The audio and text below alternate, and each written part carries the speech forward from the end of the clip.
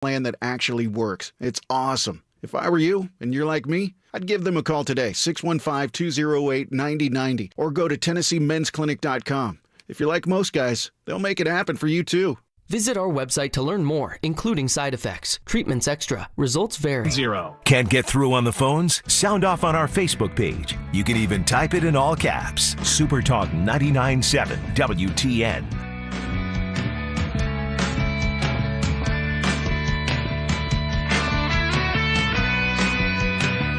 Hey, it's Red Eye Radio. He's Eric Carly, and I'm Gary McNamara. You know, when you think it, and it's both we went through a couple of weeks ago, we went in specifics through the actual platforms of both the Forward and the No Labels Party. And it's really interesting that, except I think it's the Forward Party who talks about rank-based choices for voting. You know, so on the only thing that they've actually taken an opinion on is how to vote, and that is even controversial. Yeah. It's extremely controversial. Sure. And so that's the thing when you have both these new parties come out and say, look, we want to be a third choice and we stand for nothing. What's it going to be like when somebody is going to have to eventually take a stand on a party that says, on parties that say we really don't want to take stands on controversial issues because we'll lose people's support if we do? Well, and what are you going to say? We want to be a part of the debates? No, you don't. No, you don't.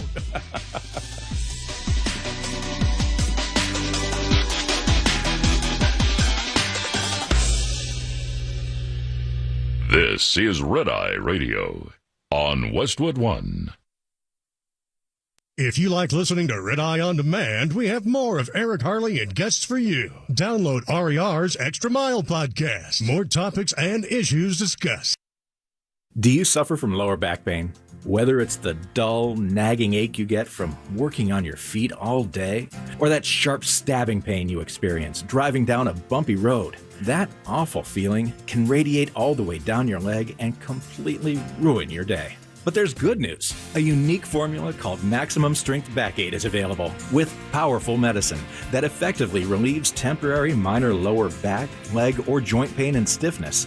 Maximum Strength Back-Aid helps relieve the pain of inflammation and the pressure-related discomfort that can radiate pain down your legs, like with sciatica. Back-Aid's 6-hour formula provides maximum strength over-the-counter pain relief. That's why customers consistently rate Back-Aid 5 stars. Get effective back pain relief. Join the thousands who have found 5-star relief with Maximum Strength Back-Aid. Pull into a Walmart or CVS now to get Back-Aid in the blue box in the pain relief aisle. Use as directed. Sponsored by Alva Amco. Professional drivers, FPPF is the producer of the legendary Fuel Power diesel fuel treatment. Ultra-low sulfur and biodiesel may be great for the environment, but they also contain high levels of water and other contaminants. FPPF Fuel Power in the little white bottle is a highly concentrated year-round fuel additive that eliminates water, prevents fuel icing, improves mileage and power, all for a minimal cost. Fuel Power, available at truck stops and other retail outlets throughout North America. Visit fppf.com. From the father of CB radios comes one bad mother. Eric Harley here. You've heard me talk about Uniden CBs for years now. Uniden has been the cornerstone of the trucking industry since the beginning. And even in the age of cell phones, Uniden CBs still remain the trucker's favorite. It is social media at its best. When you need the lowdown on the road ahead, you need a Uniden CB. It is one bad mother. Go to Uniden.com today or stop by your nearest Pilot Flying J. Were you hopeful for less chance of an inspection delay at the roadside in 2021? Compared to the 2020 pandemic year, you were disappointed as inspection likelihood rose from 2020 levels substantially. That's according to the new comprehensive analysis from Overdrive Magazine's decade-long CSA's Data Trail series. But the 2022 series update shows that state truck enforcement departments still aren't back to pre-COVID inspection levels. Learn more about this today. There are some new risks, though, in rising moving violations as well as hours of service detention. You can determine your own roadside risk with 48 state rankings in many inspection and violation categories. Download the full report via overdriveonline.com. Navigate to the regulations section to find the CSA's Data Trail 2022 update. That's overdriveonline.com in the regulations section. And check out CSA's Data Trail 2022 update today. WWTN Hendersonville, Nashville. From the Busy Bee Plumbing, Heating, and Cooling Studios, Super Talk 99.7. It is 5 o'clock on the dot this Wednesday morning, hump day. I'm Ken Weaver with your top stories, and we're starting it off on a bad note as far as traffic is concerned. We've got an overturned truck in Whites Creek, and it has closed 24 westbound between Old Hickory Boulevard and Whites Creek Pass. An hours-long standoff is over in Clarksville. TBI investigating. Police spent several hours negotiating with the man barricaded in an apartment at Paddock Place Apartments near Union Hall Drive and White Oak Drive. One officer was shot, but we're told that officer's going to be okay, and we're told that standoff is over. Right now in Nashville, license plate reader cameras to fight crime will be permanent if it passes 2 more votes in the next Metro Council term. The resolution advanced last night after arguments for it and against it. Metro Police said it helps find cars wanted in crimes safely. The last thing we want to do is get in a high-speed pursuit, and that's typically what happens when an officer gets behind a car, runs the tag, realizes it's stolen, attempts to stop it. It's almost always going to run. This gave us an opportunity to establish a plan, get assets together like aviation. News 2 says Councilman Freddie O'Connell, who is in the runoff to be mayor, voted against the resolution. Well, they've got a policing problem in Minnesota. Morgan Norwood reports the city of Goodhue's entire police department quit, leaving 1,500 residents in law enforcement limbo. Goodhue's mayor is sending an optimistic message about the future of the force. We are going to rise above this, and I'm confident that we will have a police department again. The main reason for the officers leaving? Disputes over their pay. The Goodhue police chief, who resigned late last week, had previously requested higher pay for his officers and better recruitment efforts. The department was comprised of many part-time officers who were loyal to their chief. Residents are on edge. It's just unnerving to know that they may not be there. Right now in Hawaii, the wildfire death toll climbing to 106 as search teams with cadaver dogs continue their grim task. Market Numbers Report brought to you by Beacon Capital Management, online at beaconcm.com. Here's Daria Albinger. Stocks tumbled around the world as the latest data from China raised worries about the global economy. The Dow plunged 361 points, the Nasdaq gave up 157, and the S&P fell 52. Heading into the year, it was anticipated China's economy would grow enough after the government lifted COVID restrictions, but that hasn't been the case. In fact, China's economy faltered enough that it unexpectedly cut a key interest rate and skipped a report on how many of its younger workers are unemployed. There were a few bright spots, though. The Commerce Department says retail sales rose a better than expected 0.7% from June to July. WeWork is closer to being out of work, the workspace sharing company pointing toward ongoing issues like worker churn and financial losses. Think you'll need a student loan to pay for you or your kids' college? You're far from alone. The Federal Reserve says 30% of all U.S. adults incurred at least some education-related debt. Well, futures are mixed ahead of the opening bell on Wall Street. Dow futures up 8, S&P down 1, NASDAQ up 12. That's the latest news. Traffic and weather next. I'm Ken Weaver, WTN News.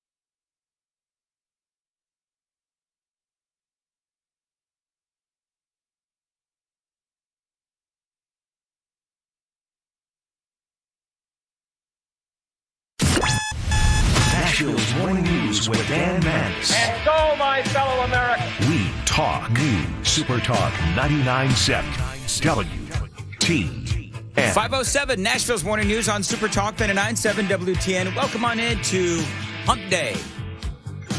It is August 16th, and I have spent the morning trying to decipher what the hell Joe Biden was saying yesterday in Milwaukee. I don't know. You know, when he's been described, of course, as an incoherent mess, I've got a lot of audio to play for you today on some very serious topics.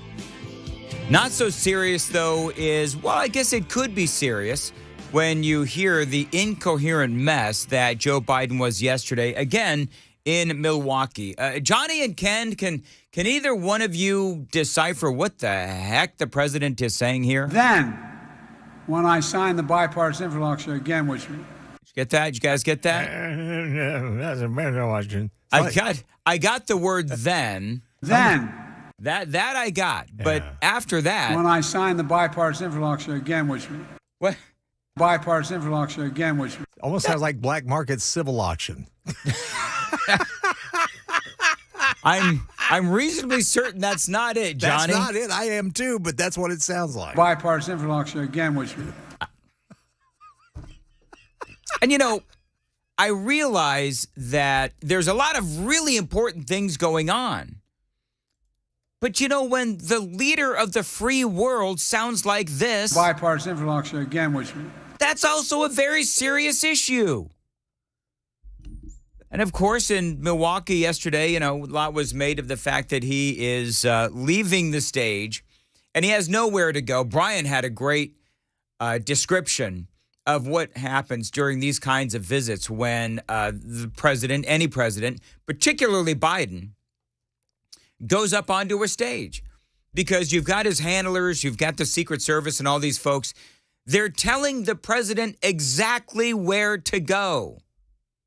I'd like to do that. I would too. We do that pretty much every day. However, as it relates to where he is on the stage and he's supposed to go exit stage left or exit stage right, they tell him where to go before he heads up onto the stage. And then whenever he gets done speaking, he just looks so incredibly confused. Well, I mean, the president, you know, he looks like he sounds. Bipartisan infrastructure again, which... That's what's going on in his head. It's like, where do I go? And so it makes him look bad, and it makes him look, you know, quite frankly, not all there, which we all understand that the president is not all there. And you know what he did yesterday? I don't know. You know, whenever he does this, I always wonder, are they telling him?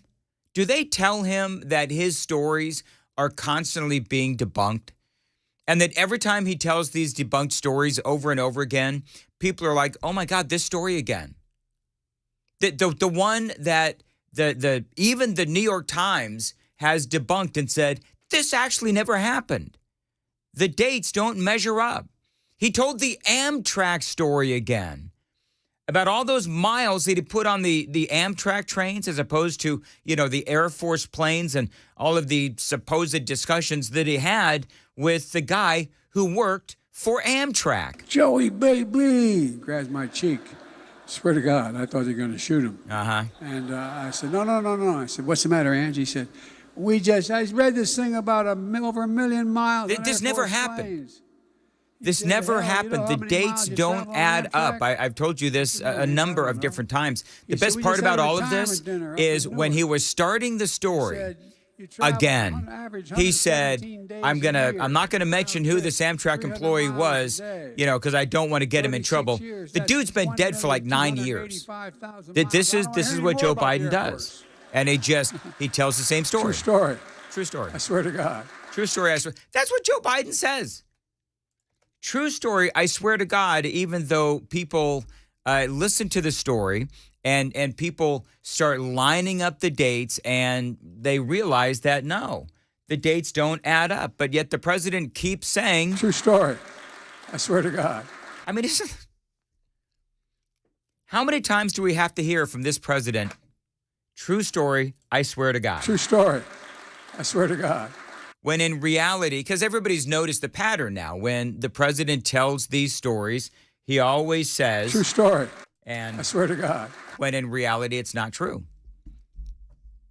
And so it's like either we can't understand what the president is saying when he, comes off saying things like this. When I signed the bipartisan infrastructure again, which... Or if he's telling stories that clearly are not true. So either you're horrified when you can't understand him and you're horrified when you can. And I don't know which is worse, man. I really don't. Johnny, do you have a which is worse? Is it more horrifying when he sounds like this? When I signed the bipartisan infrastructure again, which...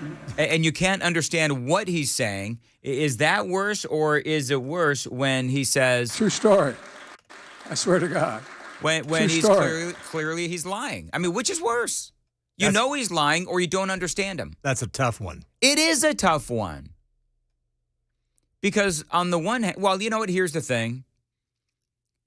It's very possible that they keep telling him, sir, your stories, everybody knows that they're wrong. Everyone knows that they're not believable. They are clearly factually incorrect, and it's been proven time and time again. You need to stop saying them. You need to stop telling the stories. I wonder, do you think he just forgets? Because I think there's clearly a lack of self-awareness. Yes. And so I'm just wondering if he is just so far dementia-ridden and gone that he doesn't remember that they're telling him not to tell these stories. I mean, he had another one. I don't know if you heard this one. It was when he talked about the bridge collapse in Pittsburgh. By the way, Pittsburgh is a city of bridges, more bridges in Pittsburgh than any other city in America. I watched that bridge collapse. I got there and saw it collapse with over 200 feet off the ground going over a valley. Nope. It collapsed. Thank God school was out. Well, the bridge did collapse, but it collapsed in the morning. It was at 6:45 in the morning, and Biden didn't arrive at the bridge collapse site until, well in the afternoon. So when he says, I saw the bridge collapse, no, you didn't see the bridge collapse, Joe. Was that when he was fixing a flat on his 18-wheeler he was driving at the time? I think I think, Ken, that's exactly when it was. But, he does say, in that story about probably watching the bridge collapse. True story. I swear to God. True story. Swear to God. He saw that bridge collapse. True story. I swear to God. Even though everybody reports that he wasn't in Pittsburgh until the afternoon, and the bridge collapse happened in the morning. I think the only bridge he's seen collapse is in his mouth. Very good, Johnny. Oh, Joe, he's been everywhere for everything. He's done everything. It's like he's Forrest Gump. It is. Only he can't run as fast. No, he can't run as fast. And, who knows? Maybe he says he can. Well, he does that little Biden jog off the stage when he finally figures out where the hell he's supposed to go. Anyway. And he's shaking an invisible hand. It is shaking invisible hands and waving at people. Nobody's there. It goes on and on. All righty, 5:15. Time to check the roads from the Paul Winkler Investment WTN Traffic Center.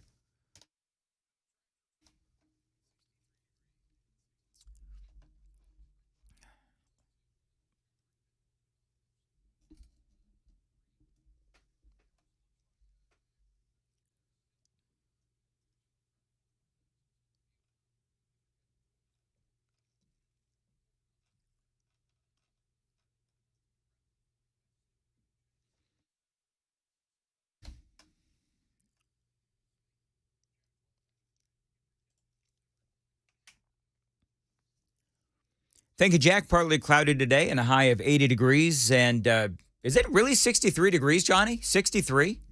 That's Super Talk 99.7 WTN. I feel like I want to bundle up in a cozy sweater. I've got 63 degrees on my computer, Brother Dan. Wow. So it's got to be true. And our computers all agreed this morning. It's a banner day. Wow. How's that happen? I don't know. Of course, it's always 50 degrees in the studio. But I'm not complaining. No, I'm not either. No. We're not complaining. We like that better than... Yes. Just so we're clear, gentlemen, we are not complaining about the temperature in the studio this morning. No, sir. We're not complaining about the fact that there's no coffee filters in the building this morning. Well, I don't know about that. I don't know about that. Yeah. But, We're not complaining about that. Wait till the salespeople get in. We're not complaining about the fact that, do you know what I discovered this morning as I'm down in the sales kitchen looking for coffee filters, rummaging through? Do you know what they have down there now? yeah, I want to hear what you found. I found an espresso machine. Yes. Get out of town. They've got an espresso machine down there. They've got candy bars down there. Oh, yes. They've got candy bars. They've got, you know what else they've got? They've got some really highfalutin coffee beans as well. Oh, yes. They're living large down there. And for, a group of people that only show up to work like 2 times a week. Well, and their plastic cutlery is separated it's separated like it's supposed to be. There's spoons, the forks, and the knives. That's exactly right. I'm dare say it's a little highfalutin down there. It is highfalutin down there. And I tried to, because I've never actually used an espresso machine. So I'm trying to figure out how the damn thing works. And I start hitting buttons and it just starts making all kinds of grinding noises. You look like Biden in a semi. Yes, that's exactly right. I do. I look like Biden in a semi. Or Mike Pence trying to pump gas. Or Mike Pence trying to pump gas. Another one. Thank you, Johnny. It is 5:18 on Nashville's Morning News. We are joking about Joe Biden, but the point is that the man is incessantly lying. And yesterday, when he was in Milwaukee, one of the points that he kept trying to make, because they're trying to, sell Bidenomics, right? They're trying to say that Bidenomics is a really good thing. And clearly, everyone knows that it's not a good thing. I mean, we have, I love this headline from the Daily Wire. If Bidenomics is such a good thing, then why is it that we're spending so much more every single month? I mean, gas prices are going up again. Inflation, we all know that it's still higher than it was, a lot higher than when Joe Biden got it. And by the way, we'll never be able to get that money back when inflation was a lot higher. And we're talking about interest rates almost every single day. We talk about the interest rates as they continue to rise. I tied that, of course, to what is going on with homelessness across America, too. So the more that the president continues to go across the country and he is trying to tout the benefits of Bidenomics. True story. I swear to God. Well, in reality, the true story is across America is that people are suffering still. People are paying a lot more money for groceries still. People are paying a lot more money for gasoline as well. And it doesn't seem like, regardless of what Biden and Karine Jean-Pierre, regardless of what they're trying to convince you of, he's lying. And so whether it's seeing the bridge collapse in Pittsburgh, whether it is the whole Amtrak train story, whether it's the driving of the semi, whether it's Joe Biden taking part in, all of these civil rights marches or how he got arrested trying to go see Nelson Mandela, these are all provable lies. And so is the whole thing about trying to tout the benefits of Bidenomics. It is 5:20 on Super Talk 99.7 WTN.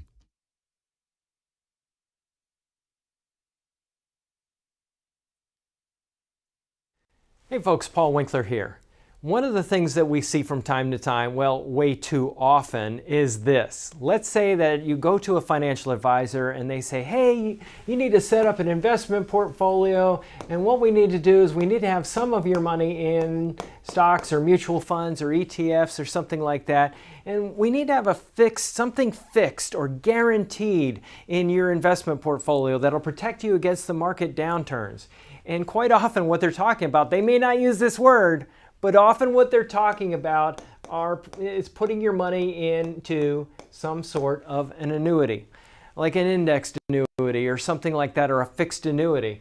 And what they're doing is they're saying, hey, let's put your money in both of these, which sounds really good. And you should. And typically in an investment portfolio, you do want to have fixed investments and stocks as well in the portfolio to protect against inflation.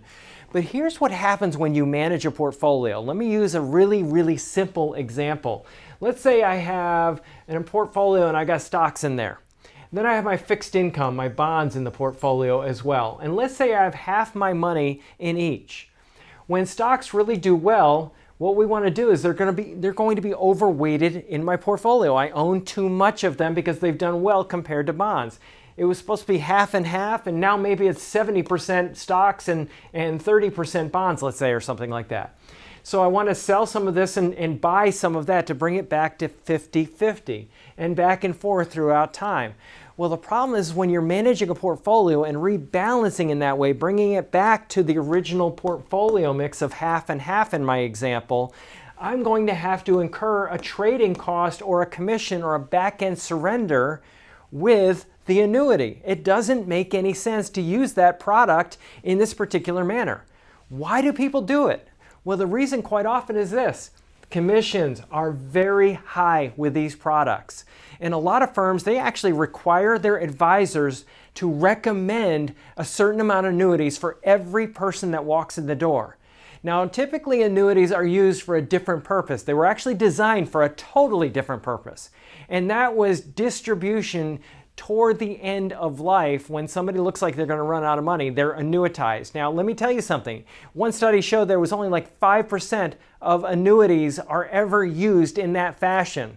Most often they're sold as an accumulation vehicle like this, and they were never really designed for that purpose. If you want to learn more, call us for a free 15-minute phone call or go to our website, paulwinkler.com. The number 615-851-1950 or paulwinkler.com. We don't do anything on commission, and we like to rail against these types of things and help investors do what is in their best interest. paulwinkler.com.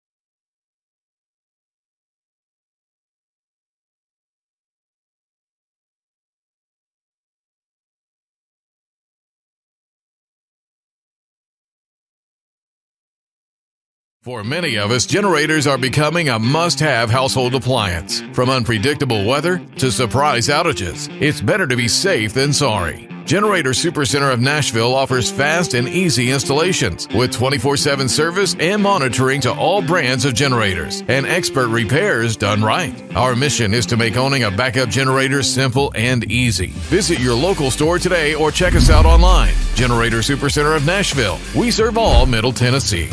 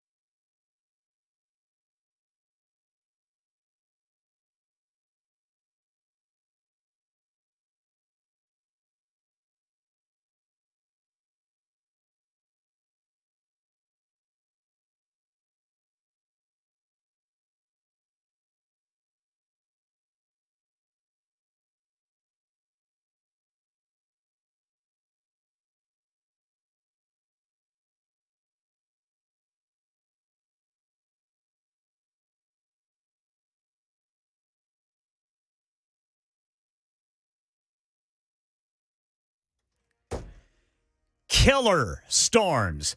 A key vote on the future of license plate reader cameras in Nashville, and student loan debt relief started happening Monday.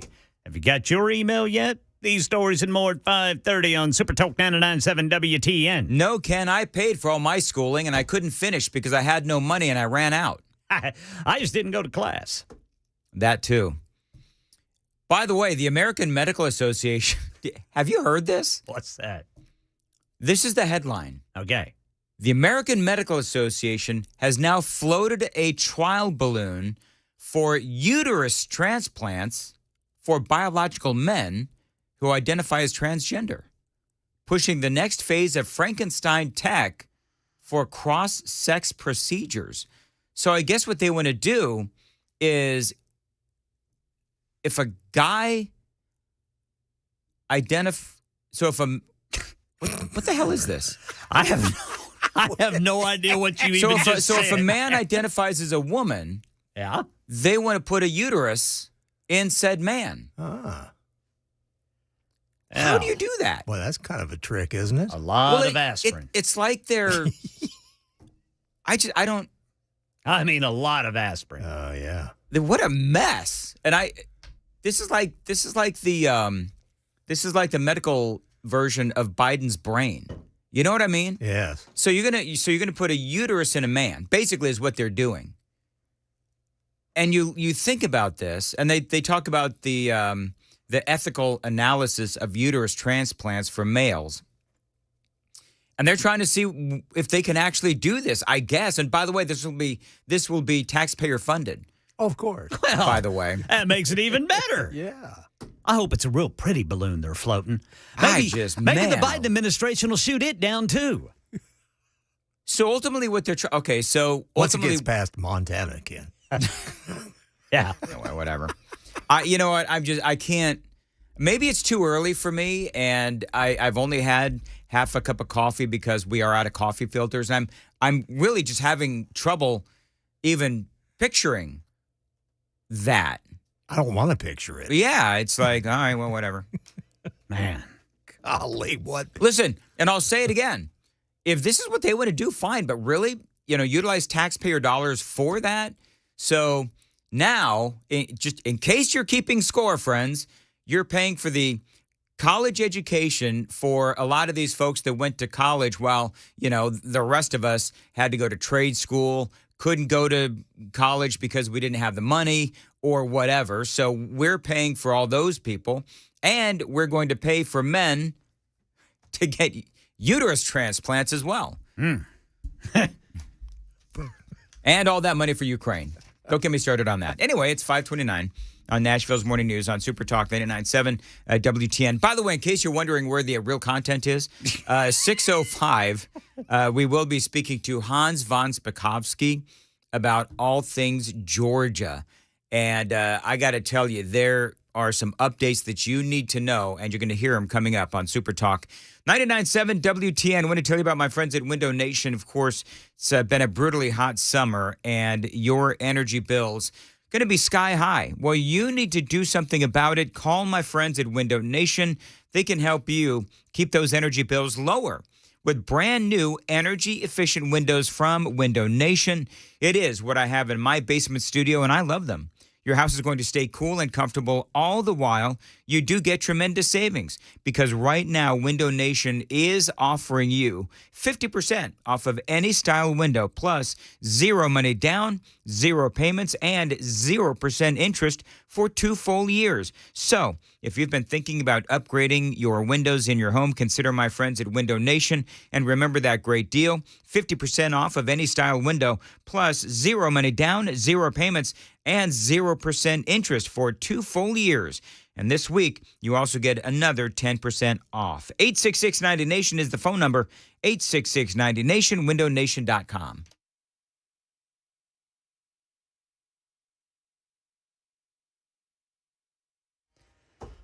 I'm Ken Weaver with your top stories, and right now the big story is 24 westbound is shut down there in Whites Creek. This is because of an overturned truck.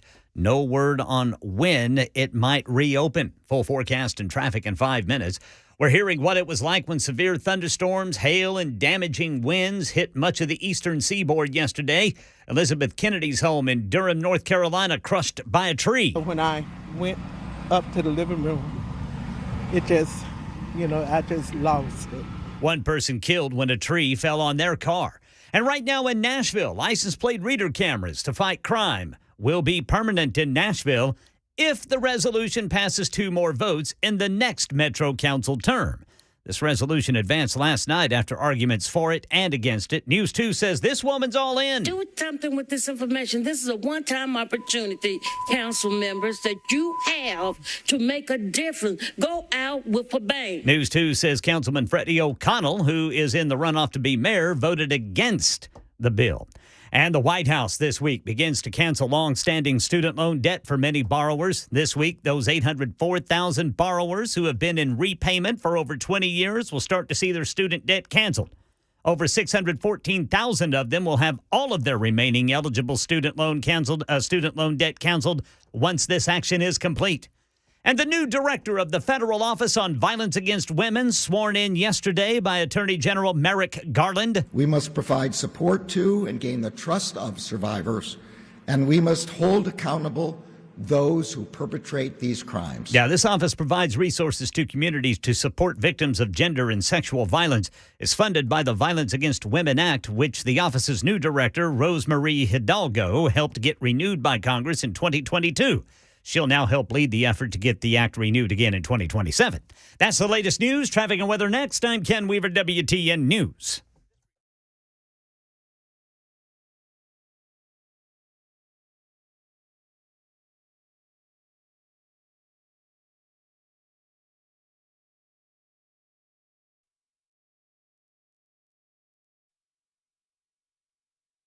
Hey, it's Dan Mandis for Paul Winkler Incorporated. Now, Paul Winkler changed my financial life by teaching me the right way to manage my retirement. To be honest, I looked at a few different firms and decided to work with Paul and his team. Now, one reason why is because Paul Winkler voluntarily holds himself to the highest standards of fiduciary duty. Now, that means that the investment regulators require that I tell you that I am paid every time this commercial airs, and that's incentive to say nice things. Well, that's fair enough, but here's the deal. I'm a client of Paul Winkler myself, and I wouldn't have chosen them if I didn't believe in what they do and how they work. Now, I like that their investing philosophy is evidence-based and not someone's opinion of the day. I wanted them to focus on balancing risk and helping me figure out what I needed in savings and help me make the decisions that would be in my best interest. I also didn't want to work with a firm that was paid on commission. Paul has 10 offices across Middle Tennessee, no doubt one near you. Check them out today at 615-851-1950. As always, tell him Dan Mandis told you to reach out. You can also find him online at paulwinkler.com and set up a free 15-minute phone consultation. That's paulwinkler.com.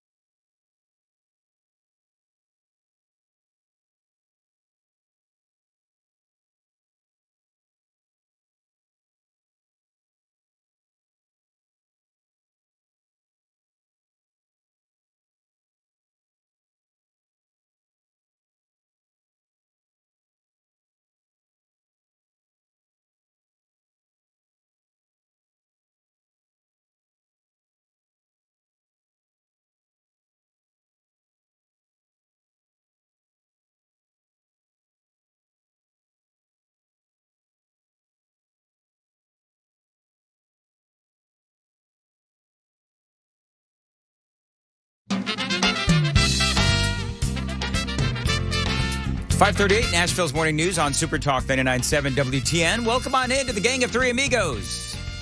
Johnny, Ken, hello. Hi, Dan. Good morning, boys. Yes. And Ken. We had a great time last night. Oh, yeah. At the J Street Korean Grill and Barbecue. How many bar. steaks did you boys eat? You know, I didn't even eat. John, did you even eat? I ate. Yes, I ate with Dr. Poss, actually. All right. Yeah, we and his lovely wife. Yeah, we had, it was good chicken, but I didn't know it had the sauce on it. And the sauce was very, got all over your hands and even got on my shirt, which usually I don't wear my shirt tucked in. Yeah. I had to tuck it in because some of that sauce was just dripping all over Oh, everything. that is so funny. But it was good food. People seem to like it. Yeah, it was very good. And I loved meeting Turd Ferguson. That was, what a character. Well, you know, Turd is actually, and you know what, can I tell you guys what is a really awkward and surreal and really weird experience? Tell us, Brother Dan Mandis. Being on the air and looking at the YouTube page and seeing myself in real time as I'm reading the comments of the F&M bank chat thing. And so, because I want to see what people are saying, because usually I look at the text line. But, Turd Ferguson is so incredibly entertaining. Yes, that he's even better live, man. I now find myself going over to the YouTube page to see what folks are saying there. And Turd says, yeah, I didn't really get to chat with the guys too much. They were working, but did get to tell Johnny B how much I was a fan of his and Ken. I noticed it. Turd doesn't mention me at all. Thanks a lot, Turd. Oh, he loves you, Dan. Everybody loves you. I'm gonna start calling Turd. I'm just kidding. He would probably prefer that. Yes, he would. Now, he's a great guy. Yeah, you know what? He actually... And he served our country, by the way. Yes, he's a veteran. Yes, he is. And I show up and I hear this. Guy was running way late, of course, so I got there right before showtime. And, guys, Dan, look to my my right and... Turd Ferguson. I said, hey, man, how are you, Turd? Sorry you're not a fan of mine, but you love Johnny and Ken. Hey, Turd. It's cool.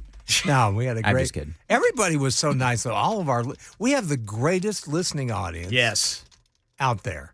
We really do. You missed some fine whiskey, Johnny. Well, I don't drink whiskey anymore, so my wife tried it. Yeah, did she like it? Yeah, she did. What was the name of that whiskey again? God, I hope they're not listening. It's smooth. I know that. Yes. Smooth whiskey. Oil fire whiskey. Yeah, oil fire whiskey. Yeah. What was it like, Brother Dan? In fact, one of the guys, smooth. The guy that was there, that was, I guess, marketing for it, he used to work here. He used to be a salesman here. Who? Anybody I know? No, it was way before you. Really? I've been here a long time. Yeah, you have, but no, not that. All right, very good. It was like 19 years ago, Dan. I'm really, for whatever reason, gents, I cannot get over this whole thing about men getting uterus implants. It frightens me. I got to look that story up. Where are you looking at that? It's in the Washington Examiner. Okay. And the American Medical Association, I gone away from it now, but the American Medical Association floating this idea of giving men who identify as women uterus, I guess, implants or transplants, whatever. And so then I started thinking, okay, well then, obviously what they want to do is they want these men to have babies. And so now I'm thinking, what kind of weirdo? Because I guarantee you there's some men who are narcissistic enough to want to impregnate themselves. Goodness. Think about that. Oh, yeah. Right? Just think about the people we know in our business that are narcissists. Oh, my God. Yeah. Goodness gracious. Boy, let's play God, shall we? See, that's what they're doing, though. That seems to be what they're doing is they're trying to play God. Doesn't obviously make a lot of sense to most of us who are, rational minds. And it does seem to me like there's a bit of unethical behavior there on the part of the doctors. But, there was a time. Do you remember this? Maybe when we were kids and it was a more innocent time and we know more now than we ever have. But, there was a time when you looked up to doctors. There was a time when you looked up to lawyers and, teachers and so forth. Now it's like ethics and morals and all those kinds of things have just gone out the window because you have attorneys like, this Willis, Fani, whatever the hell her name is. Fani. Is it Fani? Fani. Because I've heard it Fanny, I've heard it Fani, I've heard it Fani. I don't know and I don't care. This DA out in Georgia, Willis, where, she is by all measures, she is someone who has filed these indictments and they are incredibly full of nothing but crap. The crap, steaming, stinky pile of crap is embedded in the DNA of what she has filed against former President Donald Trump in these indictments. And so you have that. Interesting how you have tied uterus transplants to the indictments out of Georgia. You know what? Only me at 5:45 in the morning. Make it sound like a turd. And tie in Turd Ferguson.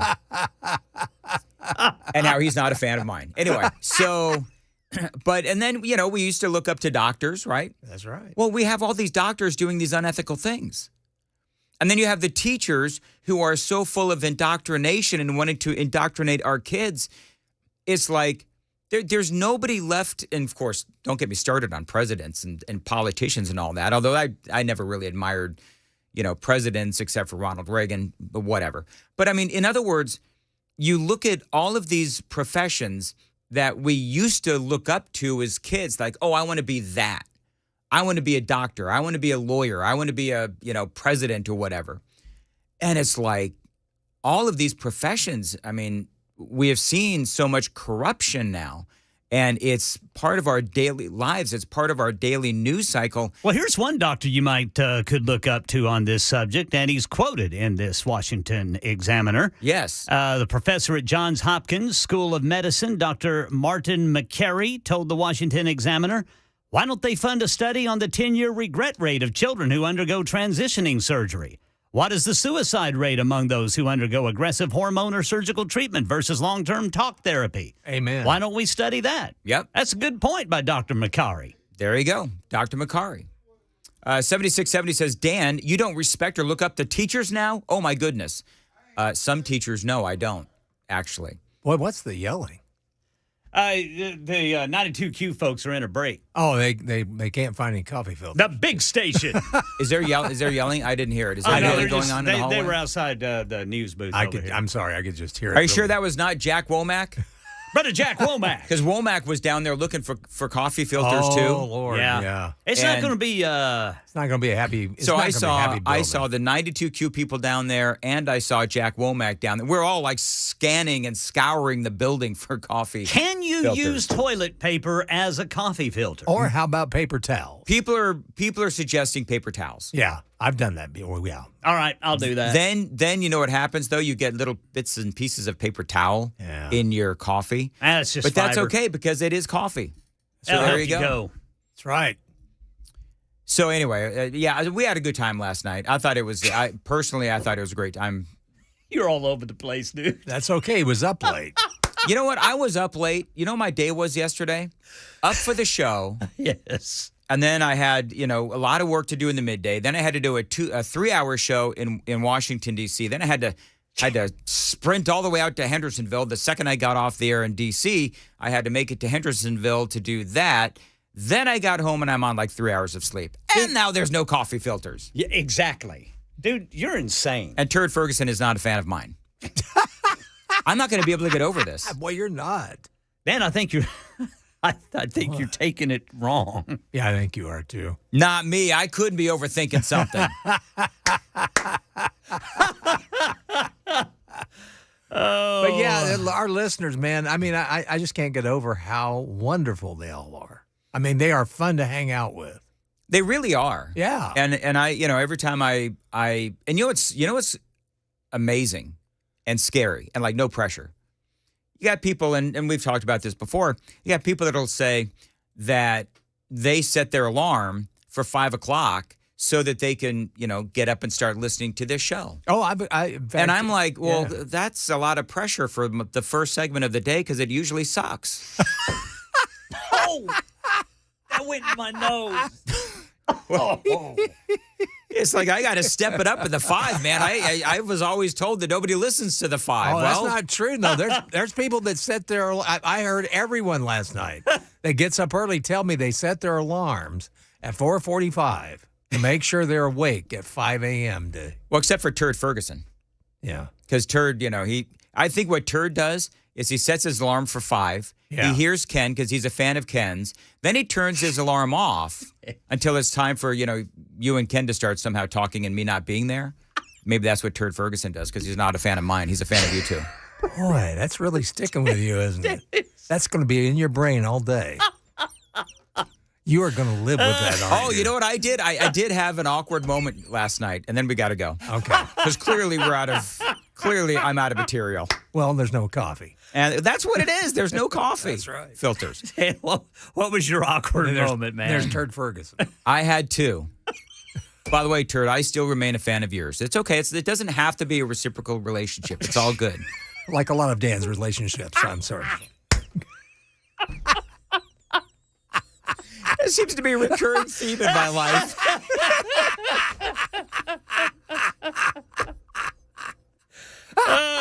All right, Dan, go ahead. Yeah, I walk up to a couple of ladies in the bar.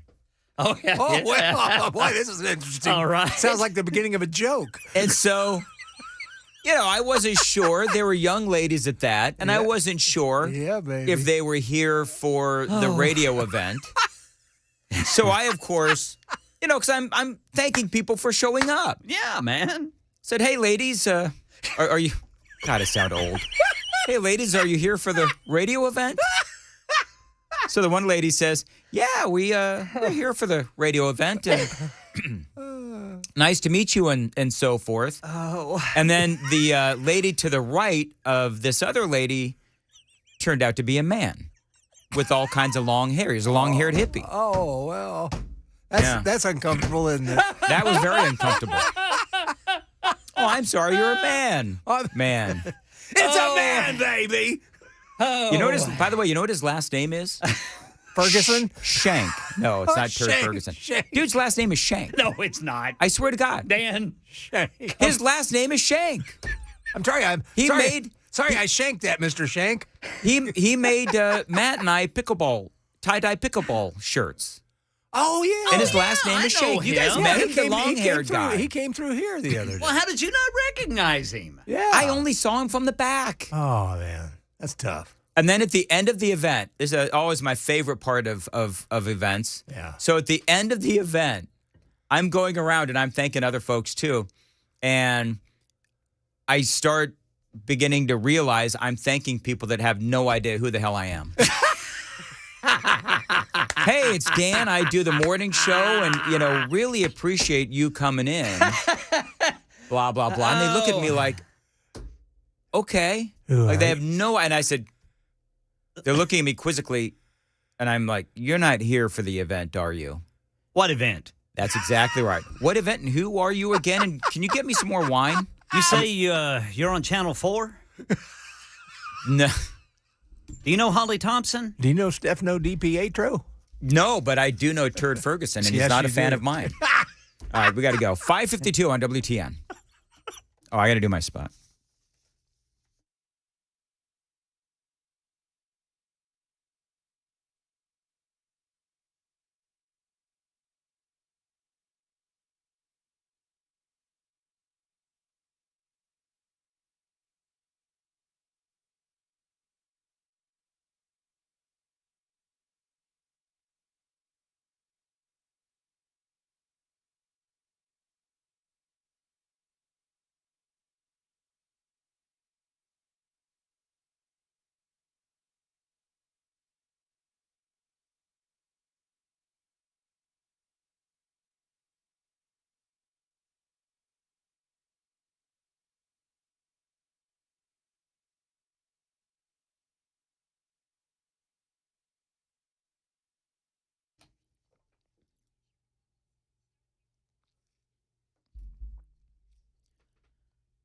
$5.53 on WTN. Listen, friends, if you need a lawnmower, you need some furniture, maybe some appliances, the first stop you need to make is DT McCall's, either online or in person.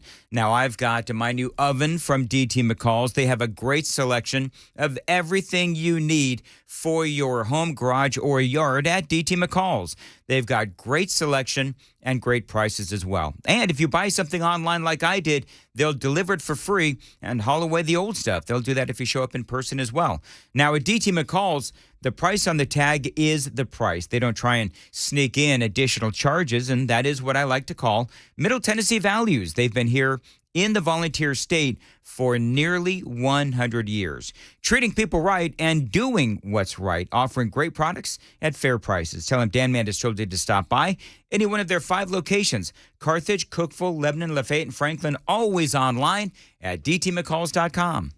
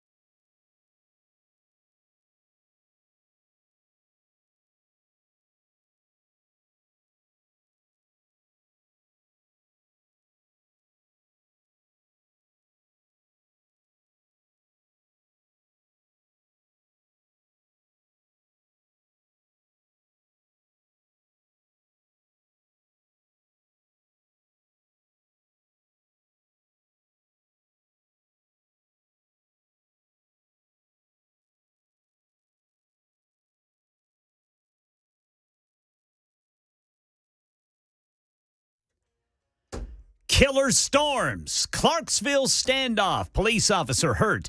A key vote on the future of license plate reader cameras in Nashville. These stories and more at 6 on Super Talk 99.7 WTN. 5:57, Nashville's Morning News. Okay, coming up, Hans von Spakovsky. All things going on in Georgia and the indictment. We'll talk to him about that and some other things as well. By the way, a lot of folks asking if I ended up buying drinks for, remember that whole thing? Yeah, where that's right. I was, got to the point of bribing people to go to this thing last night. That's right. And I did have 4 people who said that, they were one of the ones, the 4 of them individually, the ones that I said that I would buy them a drink. Yes. And all 4 said, hey, man, it's cool. I'd actually like to buy you a drink. All right. Oh, nice. So there you go. Did you get 4 drinks or did they just all pitch in and buy you one? Well, they actually just got me water with ice is what it was. That's what I was worth to them. Well, you had to drive. Ferguson. You had to drive, Brother Dan. Yeah, Mandis. that's right. They knew you had to work. But I did try that oil fire whiskey. Yeah. Baby. They said it was seductive. Oh, yeah? Yeah. Was it? I don't know. I got home and everybody was in bed and ignoring me. So typical. They needed the Yes. Oh, fire whiskey. That's exactly right. Should have brought some home for Amy. Maybe my night would have been better when I got home. Well, you just could have used that line that you used at the bar. Hey, pretty lady. Hey, did you come for the event? Hey, hey, ladies. Come here often. Are you here for the big radio event? Oh, my Lord. Do you know who I am? John, is it time for this segment to mercifully end? Oh, sure. Okay, we've got Hans von Spakovsky is coming up next on Super Talk 99.7 WTN.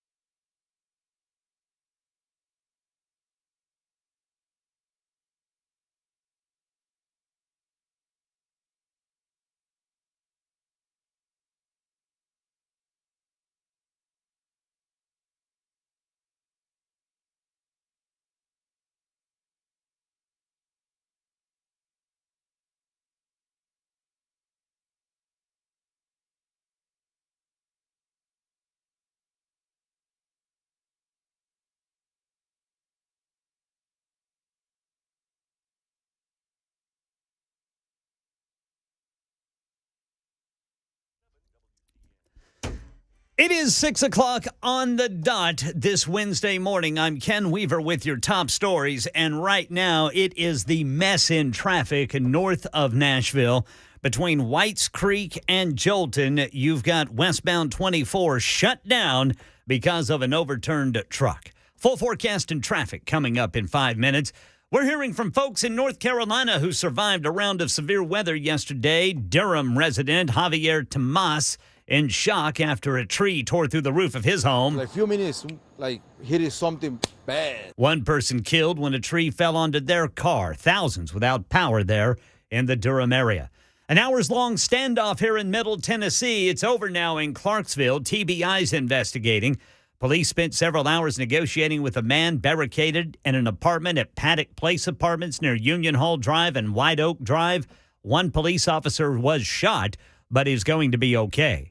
Right now in Nashville, license plate reader cameras to fight crime will be permanent if it passes 2 more votes in the next Metro Council term.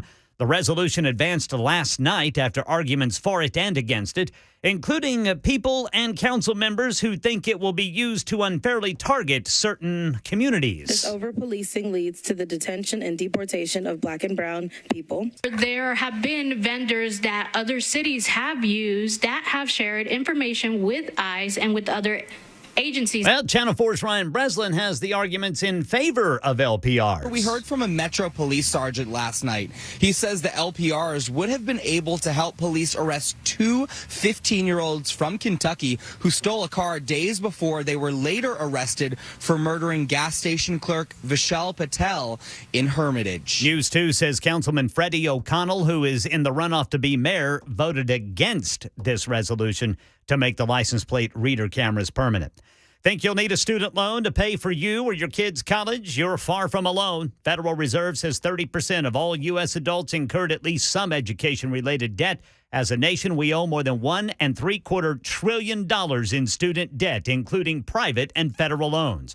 Market Numbers Report brought to you by Beacon Capital Management, beaconcm.com. Here's Jim Ryan. The American spending spree rolls on. Retail sales in July jumped more than expected, up 0.7% compared to the month before. Analysts noted that spending on Amazon Prime Day last month helped to boost online sales. The strong sales numbers pushed yields on 10-year Treasury bonds during Tuesday trading to some of their highest levels in 15 years. That weighed on stocks. The Dow Jones lost 361 points yesterday to close back below 35,000. The The Nasdaq and S&P gave up just over 1%. There's finally some relief for the Brits. UK headline inflation cooled sharply in July to an annual 6.8%, thanks largely to falling gasoline and electricity prices. And the planned merger of Intel and Israeli chipmaker Tower Semiconductor has been called off. The failure of Chinese regulators to approve the $5.4 billion deal is blamed for scuttling the agreement. All right, futures are up ahead of the opening bell on Wall Street, but not by much. Dow futures up 8, S&P up just 1, Nasdaq up 16. That's the latest news. Traffic and weather next. I'm Ken Weaver, WTN News.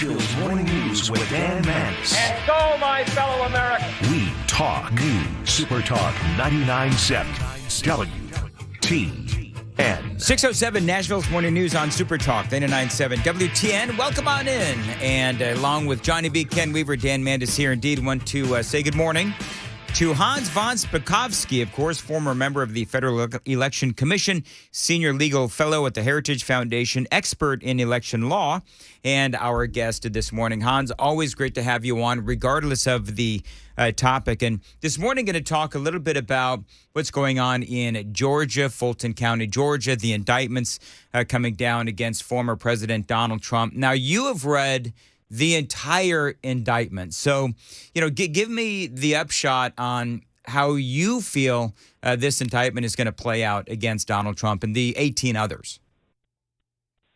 Well, let me make 2 points about it. One, I think this is one of the most outrageous abuses of the law I've ever seen. And I've been a lawyer for almost 4 decades. In fact, I'm licensed to practice law in Georgia, and I used to be a county election official in Fulton County. Wow. And I can tell you, this is a weaponization of the law, and it's a partisan witch hunt against Donald Trump and the 18 other defendants in the case.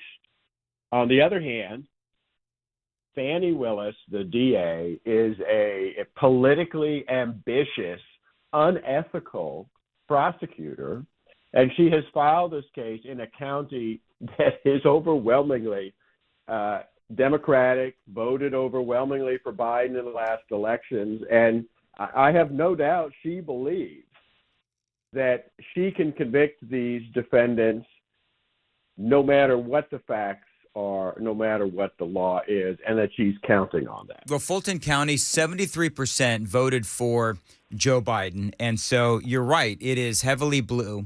And so let's talk a little bit about what's in the indictment, because they go after Donald Trump for tweets, they go after Donald Trump for things that he said, and it seems to me that a lot of everything in this indictment from Donald Trump, he is literally trying to clarify what was going on in Fulton County and in Georgia.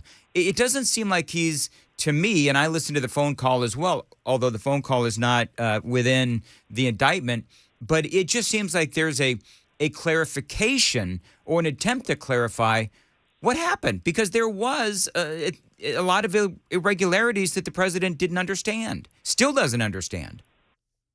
Well, in fact, that gets to the crux of the problem with this lawsuit. It is one of the most fundamental attacks on the First Amendment I've ever seen by a local prosecutor. And what I mean by that is, look, if you go through her 100-page indictment, she lists something like 160 acts, she calls them, that she claims were all part of it, were all unlawful and therefore part of this criminal conspiracy to overturn the 2020 election. But all of the acts that she lists are things fully protected by the First Amendment. I mean, the first thing she lists as being illegal is the public speech nationally televised that Donald Trump gave on November 4th, 2020, in which he said, no, I won this election. And then she goes through and she lists all these public tweets as supposedly illegal actions. Probably the most laughable one is in December 2020.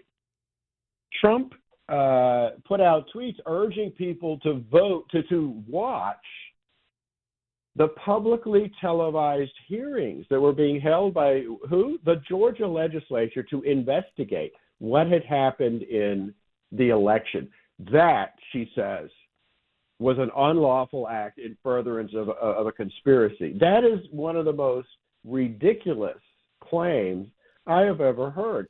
She also, in addition to all these public speeches, which are fully protected under the freedom to speak of the First Amendment, she also says they engaged in illegal behavior, she and the other defendants, when they talked to state legislators and others trying to persuade them that the election had been stolen and therefore they should send an alternate slate of electors, Trump electors, to Congress. Again, everybody knows, well, he doesn't apparently know, that the First Amendment protects freedom of speech. But remember, the other right protected in the First Amendment is the right to petition the government for redress of grievances. That means that every conversation, public or private, that they had with state officials to redress their grievance was they thought the election was stolen. Again, that's fully protected under the First Amendment. I mean, I cannot believe that someone would file an action like this until you find out that her father was also a lawyer and a member of, guess what, the Black Panthers. Yes. So she is a radical leftist who I think is using this. Remember, before this, who was she? An obscure, unknown local prosecutor. This is her ticket to national prominence with the Democratic Party. But see, here's the thing, Hans, and Hans von Spakovsky is joining us. I mean, I've read and listened to you and many other great legal minds, and, you know, the consensus is clear that this thing is just not credible, this indictment. But is there a worry that in Georgia, in Fulton County, that the president, there are a couple of things may happen. One, you've got all of these 18 other people that are charged, and then you have Donald Trump, of course. And so I see a couple of things happening. Number one is they're going to try to get some of these 18 to flip and drop a dime on Trump. That's number one. And number two, is there anything in this indictment that will actually stick and they could see some sort of a conviction? Well, look, all of this is total nonsense with just one or two exceptions. She makes a claim in there that they somehow tried to influence a witness. Even that description, which is illegal, trying to intimidate a witness. But even the description of that is really weird.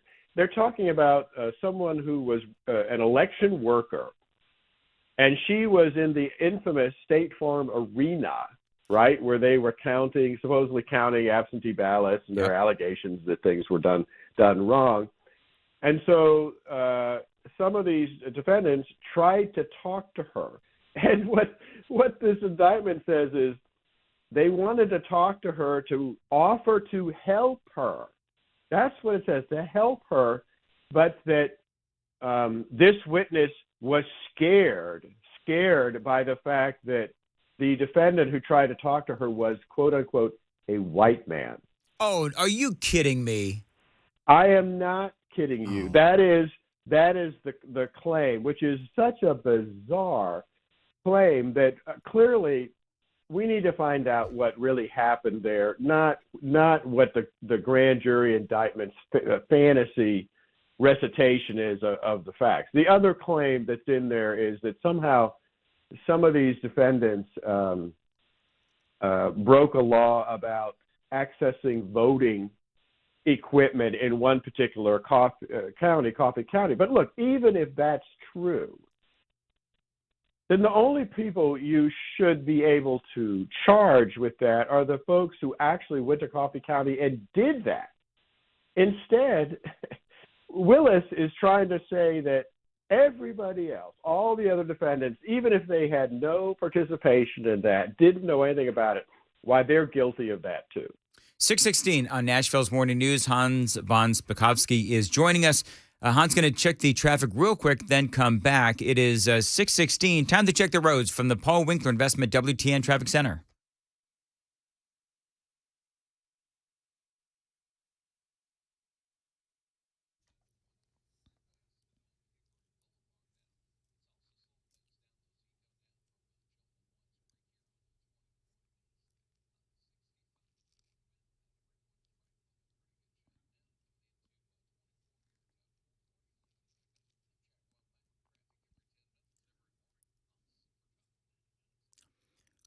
Partly cloudy today, a high of 80 degrees. Right now, 63 at WTN. Senior legal fellow at the Heritage Foundation, expert in election law, and former member of the Federal Election Commission, Hans von Spakovsky, is joining us here on Nashville's Morning News, and we're going over the Georgia indictments. And so, Hans, I think the more that we learn what is in these indictments, of course, we know this went in front of a grand jury, and this is Fulton County, and so there's no cross-examination or anything. It's just, here's what we have, and is it enough to indict? Now, one of the more peculiar things that happened was there was some documents. I don't know if they were indictments or what you call them, but they were posted to the clerk's website there in Fulton County. And it was the most bizarre thing because it makes it seem like even before the grand jury took their vote, you had the office and the clerks, they had this all written up and even posted up onto their website. And it gives, sort of an indication that there really wasn't any due process. And this whole thing was just all set and good to go, and they were all ready, and the vote itself was actually just a formality. How big of a deal is that the document that was accidentally posted, they say, to the clerk's website turned out to match what was actually the president and the 18 others were indicted with? Oh, I think that shows the bias of the grand jury and the fact that they simply rubber stamped what Fani Willis did. And keep in mind, remember some months ago, to tell you how nutty the members of this grand jury are, remember how one of the women on the grand jury started giving interviews to people like MSNBC and elsewhere, and she was laughing about the work of the grand jury and was talking about how cool it was that they got to haul all these famous people in front of the grand jury. That's how unseriously the members of this grand jury took this entire case. And that's just another sign of the ethical issues with Fani Willis. Let's not forget, she already was cited for unethical behavior in this investigation. Why?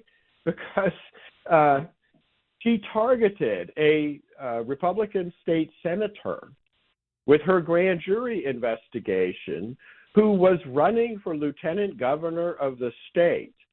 And then as soon as she publicly announced that she was targeting him as a possible defendant of the grand jury, what does she do? She goes out and holds a fundraiser for the Democratic candidate who was running against the Republican senator. Well, that just shows you the kind of frankly, the kind of person she is. There's not a lot of ethics there. And, I'm trying to figure out, is she incompetent? Because we're going back to the First Amendment issues here. And, it's my contention, it's always been that the president has every right to defend himself, utilizing his free speech, and he does have every right to, petition the government. And so, but my question is, so is she just incompetent, or is this something where everybody knows what she's doing? She knows what she's doing, but she's just going to go ahead and do it anyway because this is Fulton County. This is her county. She's in with the judges in the county as well. They know that the media is going to work with them as well, by and large. And so she's just going to do it. Is she a bad attorney, or is she, frankly, corrupt? Oh, I think she's corrupt. I think the members of the grand jury, frankly, were idiots, that they didn't realize that all these incidents they claim were illegal were protected by the First Amendment. No, I think she's corrupt. In fact, I published an article about this last night in which I say that she reminds me of the former local DA in North Carolina. Remember, this is about 10 years ago, Mike Nifong. He's the guy who tried to prosecute a case against the members of the Duke lacrosse team for a supposed gang rape that happened at a party. It was all false. The woman just made up these charges. It was all fabricated, and he knew that. He knew it. But he pursued the case anyway because he thought it would give him a boost. It's the election for district attorney that was coming up.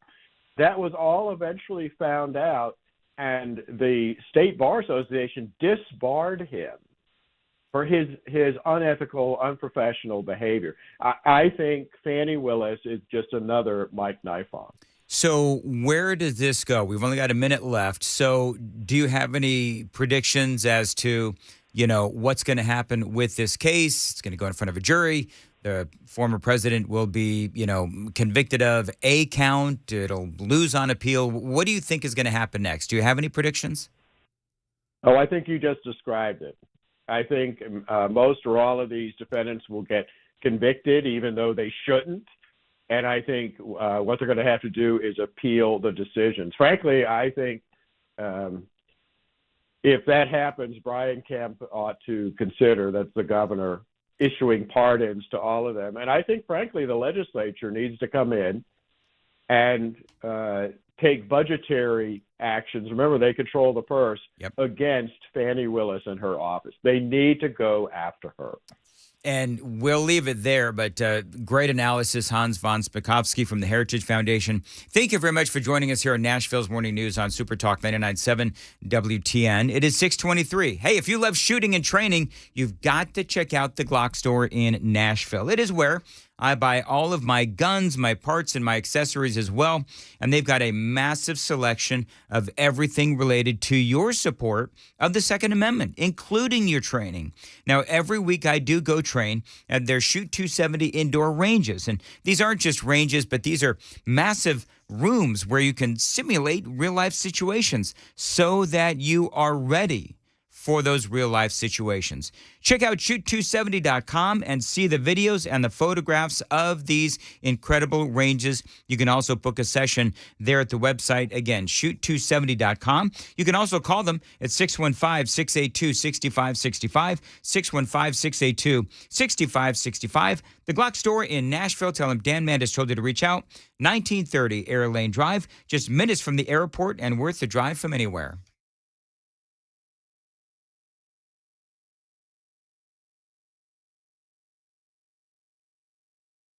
Hey folks, Paul Winkler here. One of the things that we see from time to time, well, way too often, is this. Let's say that you go to a financial advisor and they say, hey, you need to set up an investment portfolio, and what we need to do is we need to have some of your money in stocks or mutual funds or ETFs or something like that, and we need to have something fixed or guaranteed in your investment portfolio that'll protect you against the market downturns.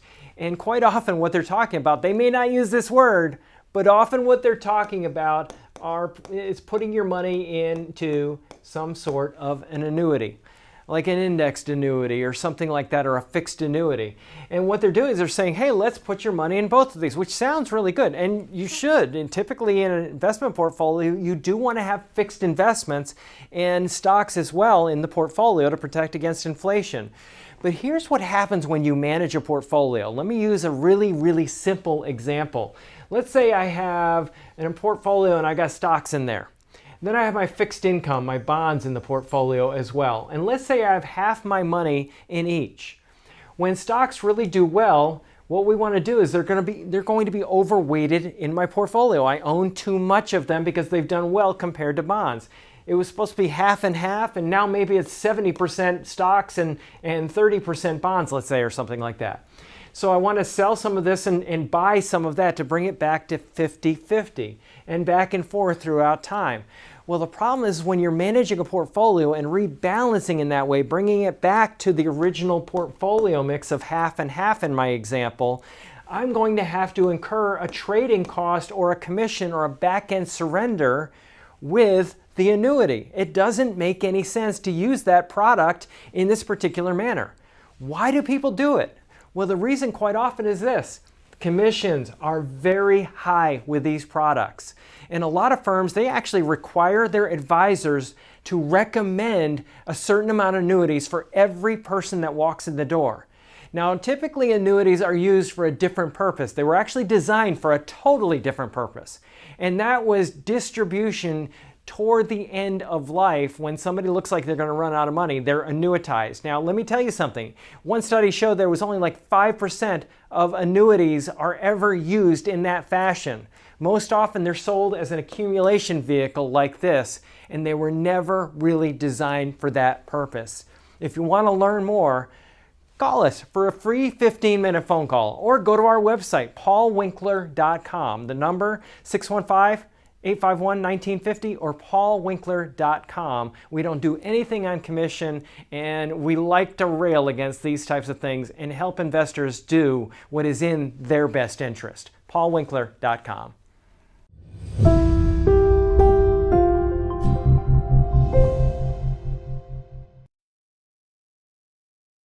Comfort.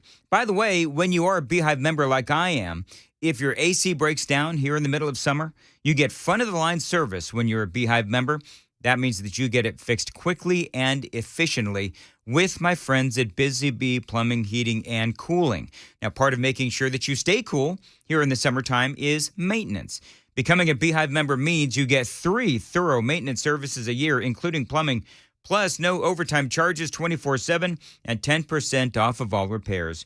For satisfaction guaranteed, call my friends at Busy Bee Plumbing, Heating, and Cooling. Become that Beehive member like I've been for almost 10 years. 615-775-7833. 615-775-7833. Tell him Dan Mandis told you to reach out. BusyBeeHVAC.com.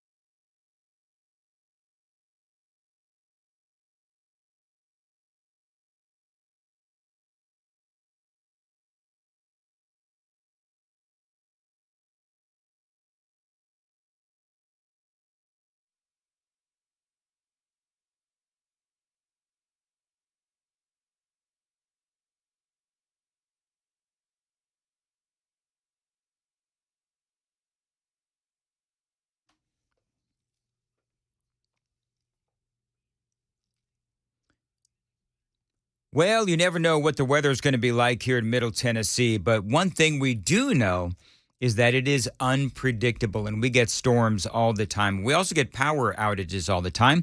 My question for you is, are you ready for the next power outage?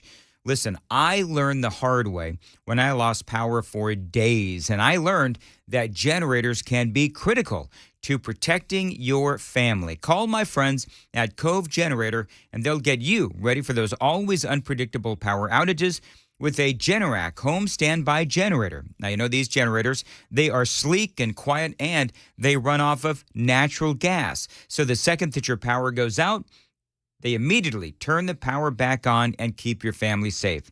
And yes, the best generators out there are the Generac home standby generators from my friends at Cove Generator. Now, this is going to be the smartest investment you'll ever make as it relates to your home. And the place to help you is Cove Generators. You can call them to inspect and perform maintenance on your Generac home standby generator or any brand of generator you own. Visit CoveGenerators.com and never lose power again, or you can call them at 931-559-3311. Tell them Dan Mandis told you to reach out, 931-559-3311, CoveGenerators.com.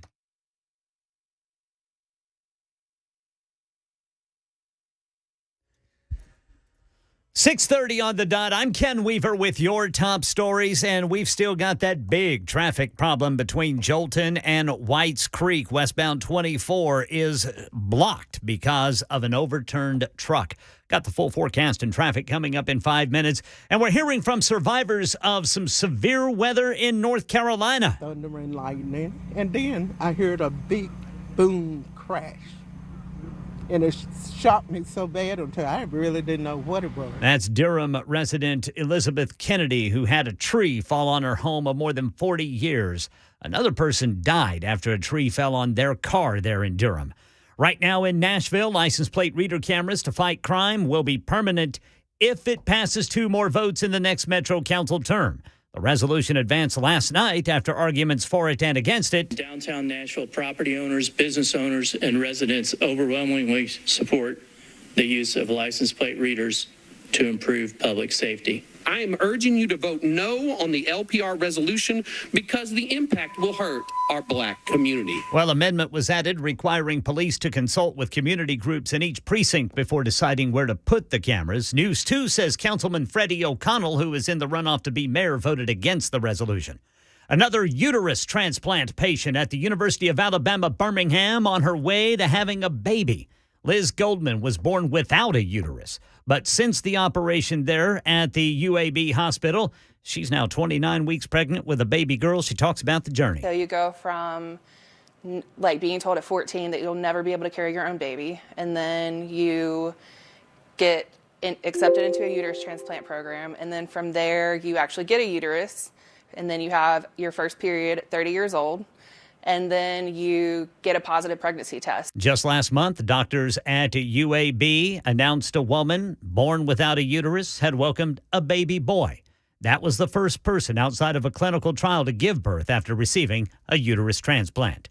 That's the latest news. Traffic and weather next. I'm Ken Weaver, WTN News. Thank you, Ken. 6:33 on Nashville's Morning News. Listen, you need to check out your basement or crawl space to see if there's moisture down there, because if there is, you could have some waterproofing issues. I mean, you know that we've had a lot of rain lately, and if you do see water down there, you've got to call my friends at USS, United Structural Systems. You could have a little problem about to get bigger, or it could be nothing at all. It could be something serious. The bottom line is you've got to call the experts in waterproofing, USS, United Structural Systems.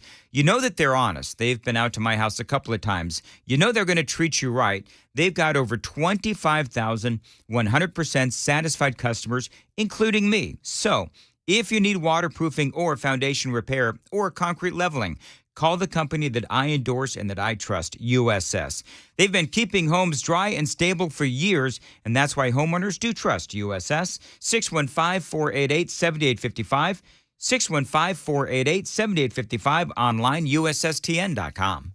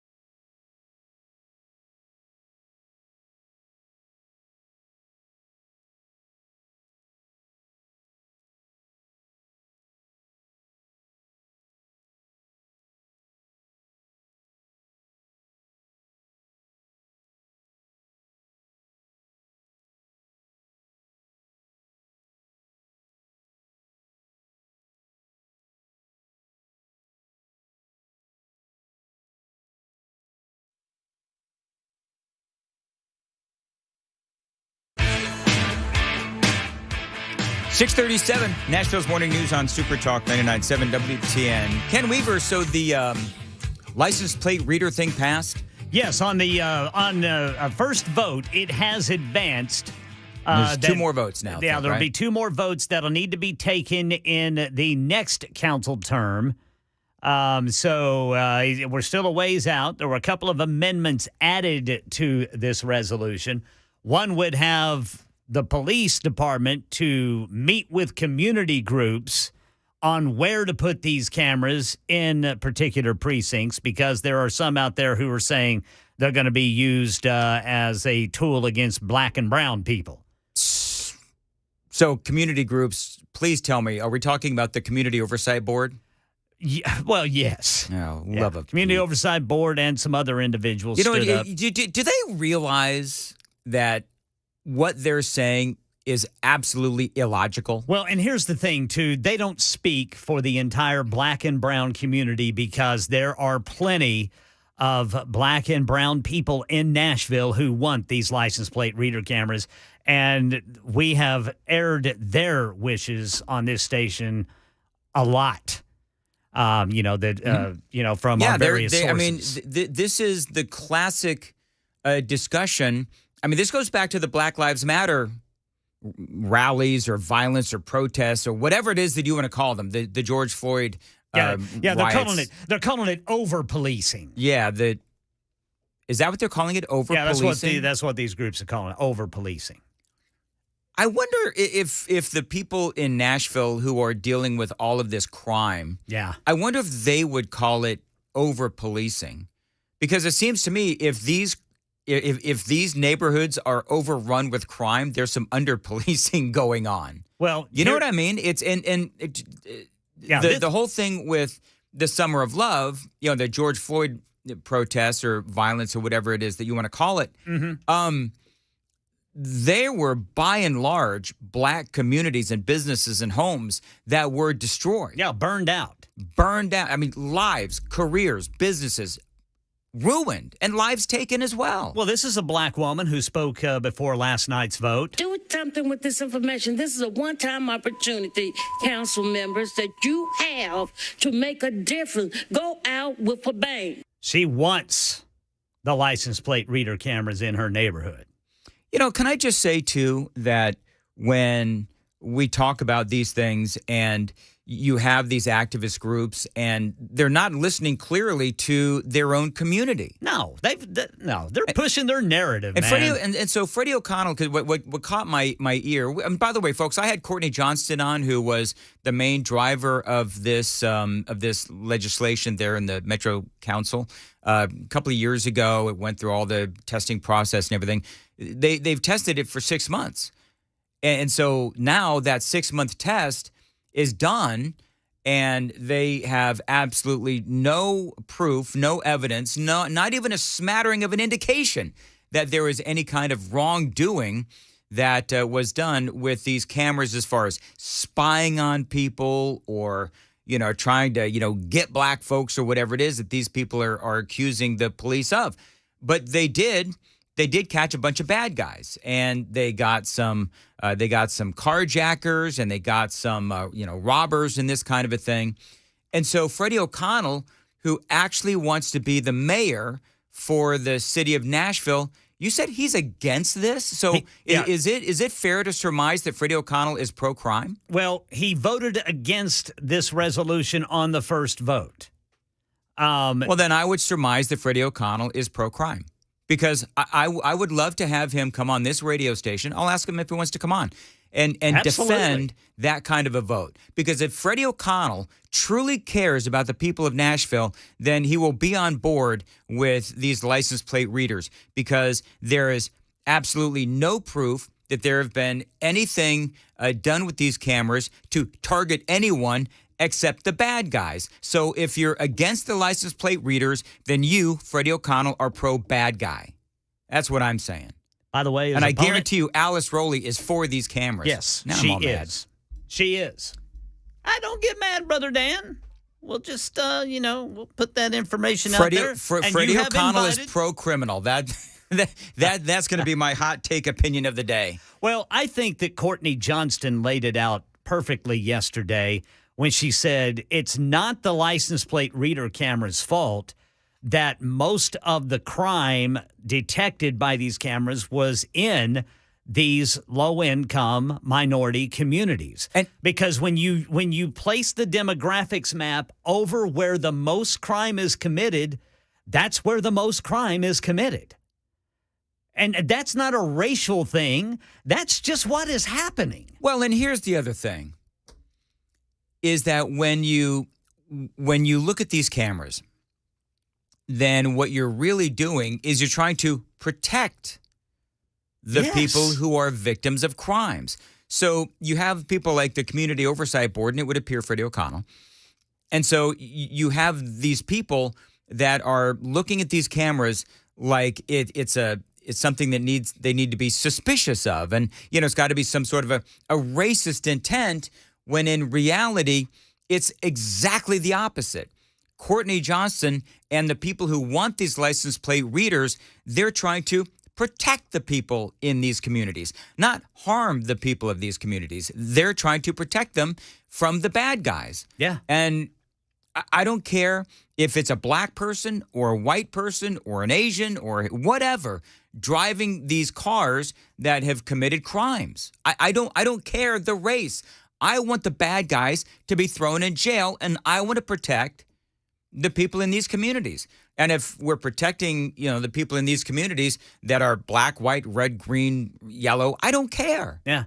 There's good people in this in this city and in this world, and there's bad people in this city and in this world. We need to protect the good ones by taking out the bad ones. Bottom line, doesn't matter the race, doesn't matter the gender, nothing. It's all about good versus evil. Yeah. Put the cameras, okay, put more cameras in the so-called white neighborhoods. All right? Put them all in there. This whole race debate, it's got to end, man. I mean, when's it ever going to end? It's not, Ken. And you know why it's not going to end? It's not going to end because Joe Biden's policies are terrible. Well, it's all they have. It's the most powerful tool they have. Absolutely. Let's see here. 1998, Freddie O'Connell is absolutely soft on crime. He would be a disaster as mayor. Metro Police Chief, I love this. 54, now somebody's triggered me. Reach out and invite the Metro Police Chief on the radio station to express his beliefs on LPRs. I would, except, they just, for whatever reason, I've been trying to get him on for John Drake. I've been trying to get him on for like years. Well, I think he's for them. Oh, he is for them. He's absolutely and don't get me wrong, I like John Drake for the most part, but he just, for whatever reason, they won't come on, which is fine, whatever. Everybody's busy. But when you look at the crime and what we need to battle in Nashville, this is going on all across the country. I love this headline from from the New York Post. Aaron sent this to me. Urban progressives are now blasting the unsafe cities that they created. Well, that's what's going on. I mean, from, Mayor Eric Adams in the city of New York, and, they're talking about how great their sanctuary cities are and so forth. And so here's a bunch of migrants for you, to the soft on crime policies from these DAs. And now they're experiencing, the impact, the consequences of those decisions. And so you can sit here and you can complain about the politicians, but I would say to those people that live in those cities that are, going downhill because of all of this crime, well, you voted these people in. Yep. So blame yourselves. Man, am I late. 6:47. Time to check the roads from the Paul Winkler Investment WTN Traffic Center.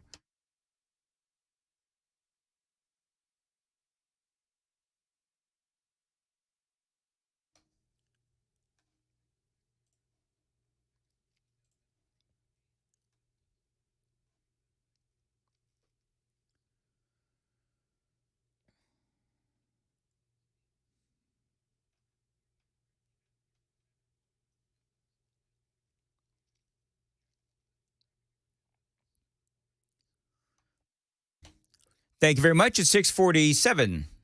Super Talk 99.7, partly cloudy today and a high of 80 degrees. and just going through this whole New York Post article, and they profile, some of the greatest hits of progressive cities gone bad.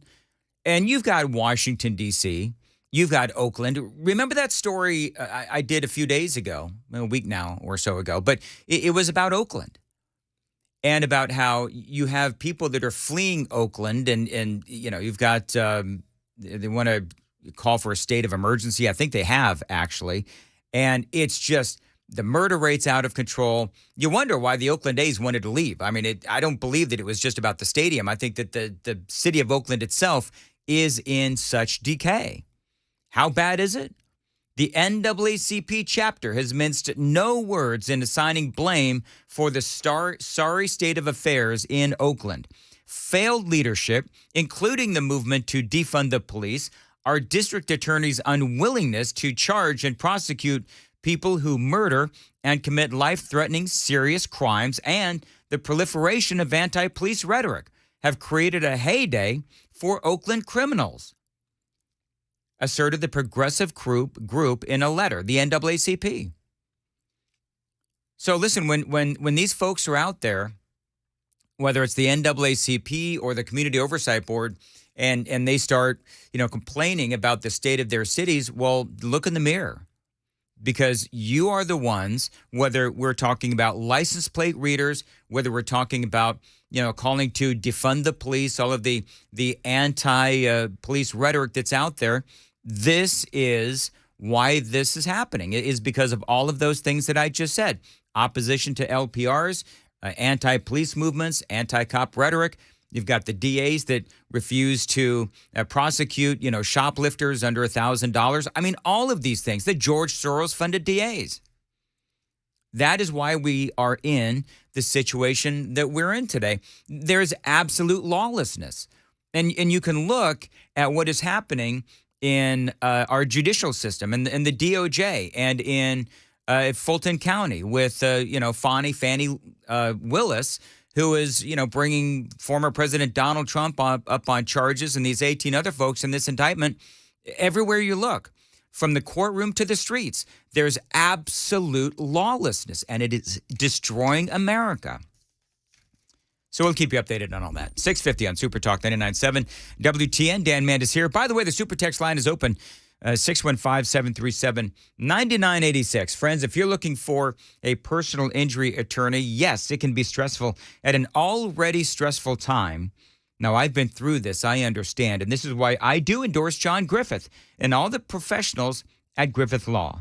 Now, John was honored as the Outstanding Trial Lawyer of the Year here in the state of Tennessee a few years back, and that's one of many reasons why I do endorse John Griffith. He's not afraid to go to trial if it means a better outcome for you. So all the pros at Griffith Law, they are here to help you. So if you need a personal injury attorney now, or if you need one in the future, remember the guy that I endorse, John Griffith. He is hated by the insurance companies, but loved by his clients, because they are a conservative Christian company whose goal it is to provide exceptional customer service. And John's got a long list of clients who have become big fans of his work. So call him today. John Griffith, 615-807-7900 for personal injury attorney John Griffith. Tell him Dan Mandis told you to reach out. 615-807-7900. The website, griffithinjurylaw.com.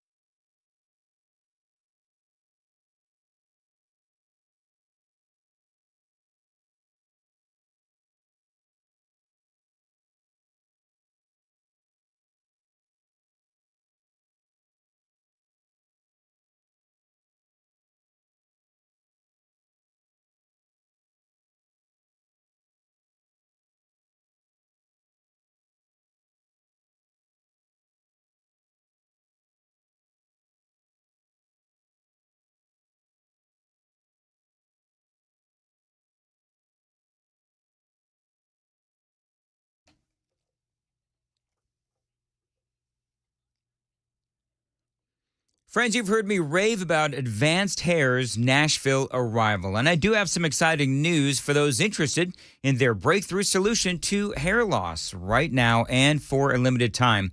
Advanced Hair is offering my listeners their best offer ever. It's their summer savings event where you'll get the most hair for your dollar. Their quick and simple one-day treatment uses your own natural hair, and the results are second to none. Just look at the before and afters at their website, advancedhair.com.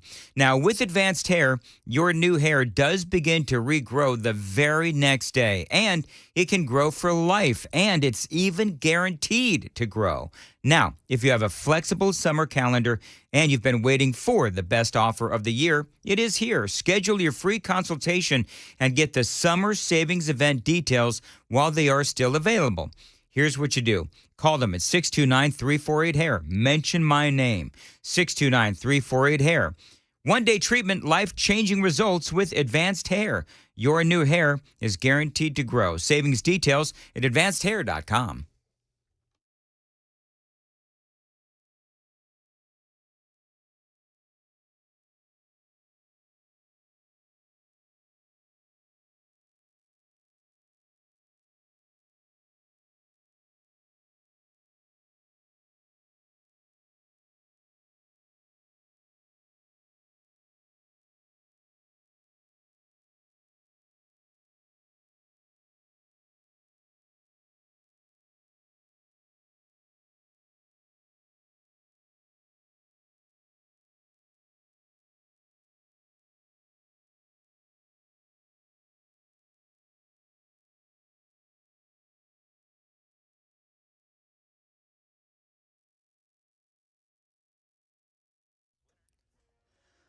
There is a medical test recall we need to tell you about. And ladies, you need to listen up especially. Details at 7 on Super Talk 99.7 WTN. Thank you, Ken. A lot of people telling us their concerns about the license plate readers and how they're worried about privacy and these kinds of things. And by the way, I'm not discounting that concern at all. I mean, I do understand that. But I don't think that people are sitting around wanting to round up people of color, rounding up people for going to Target or whatever. But listen, I get it. I would never dismiss somebody's concerns as it relates to privacy. I totally understand that. And no, I don't trust the government either. So plenty of room for conversation on all sides. And I appreciate your comments. Well, most of them, at 615-737-9986. It is Nashville's Morning News on Super Talk 99.7 WTN.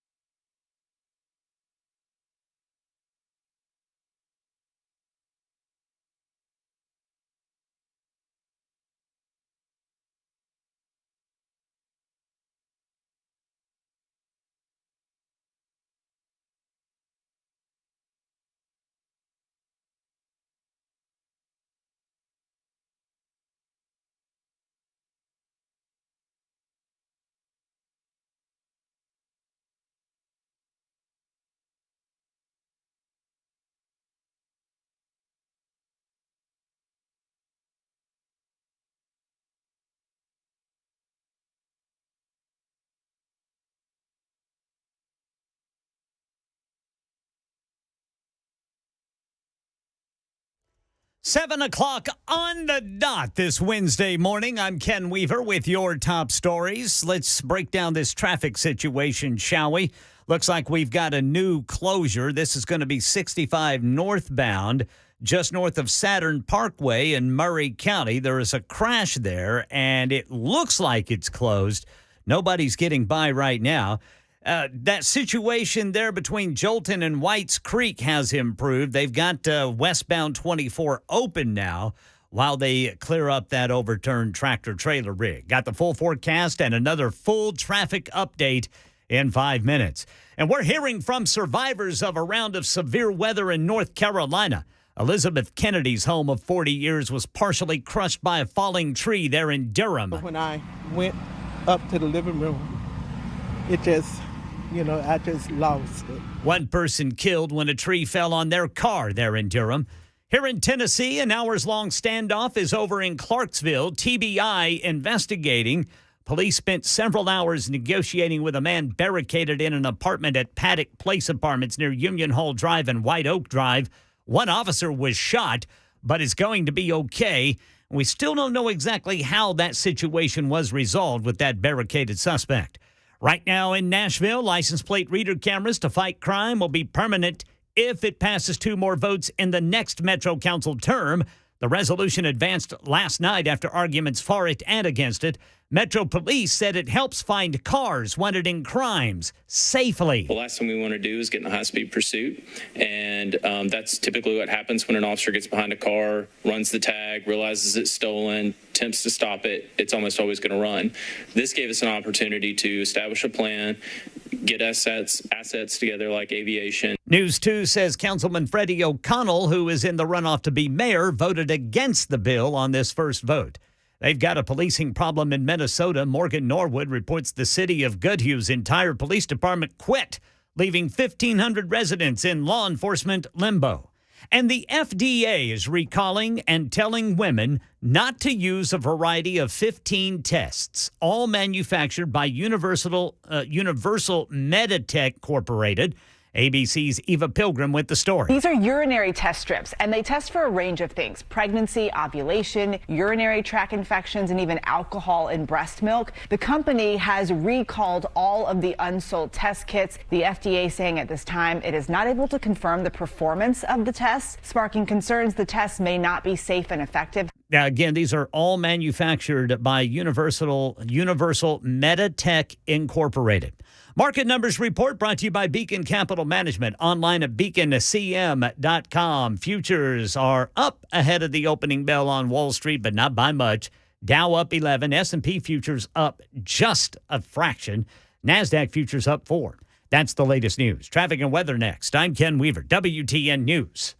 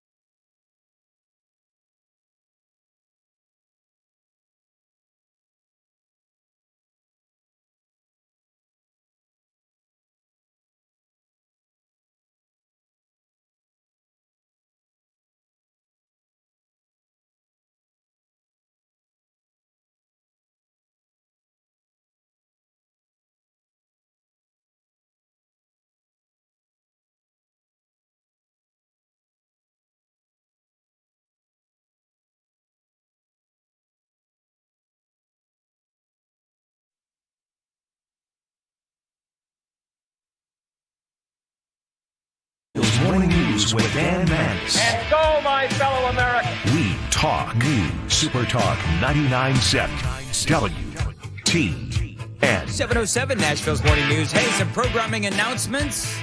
You know, we're just throwing Freddie O'Connell under the bus for being pro-criminal. Maybe that's a bit much. Am I just throwing flames this morning? Here's your flamethrower this morning, Brother Dan Mandis. Anyway, Alice Rowley will be on with Murphy Show. Not pro-criminal. Alice Rowley. Alice, you can use that on your next bumper sticker. She'll be on at 105 with Murphy Show. Bill Lee, Governor Bill Lee, at 135 on Super Talk 99.7 WTN. Newt Gingrich has some incredibly sobering thoughts for America related to the Trump indictments in Georgia, in Fulton County. There is so much going on with this story, and we continue to cover it for you. And, you know, one of the things that they're talking about, including Newt, is a constitutional crisis. And I think we are drifting towards the greatest constitutional crisis since the 1850s and the rise of secession and the Civil War. If you read Andy McCarthy's remarkable book, Ball of Collusion, which came out in 2019, he makes very clear that it is Barack Obama who corrupts the Justice Department. It is Hillary Clinton who routinely breaks the law and gets away with it. And now we have Joe Biden who's learned. He's learned from Obama that doesn't matter what you do. Yep. If you're a liberal Democrat, you will not be prosecuted. He learned from Hillary that a person in high public office can get millions and millions of dollars. Well, listen, I mean, look at all of the audio montages that I've been playing for you for, years now. I've been playing you the audio montages of all of these jackholes on the left, and they're out there saying that, you know, Donald Trump is not a legit president, and the Russians helped Donald Trump into the White House, Russian collusion. They didn't feel like Donald Trump was actually a credible president or a legit president, calling into question the legitimacy of the 2016 election. I mean, there's like a 24-minute audio montage, and I've played a lot of it for you over the years, of all of these Democrats, including Hillary Clinton, Jimmy Carter, Kamala Harris, Joe Biden himself, all of them calling into question the 2016 election. So now here's Donald Trump in 2023, and they have looked at every single tweet.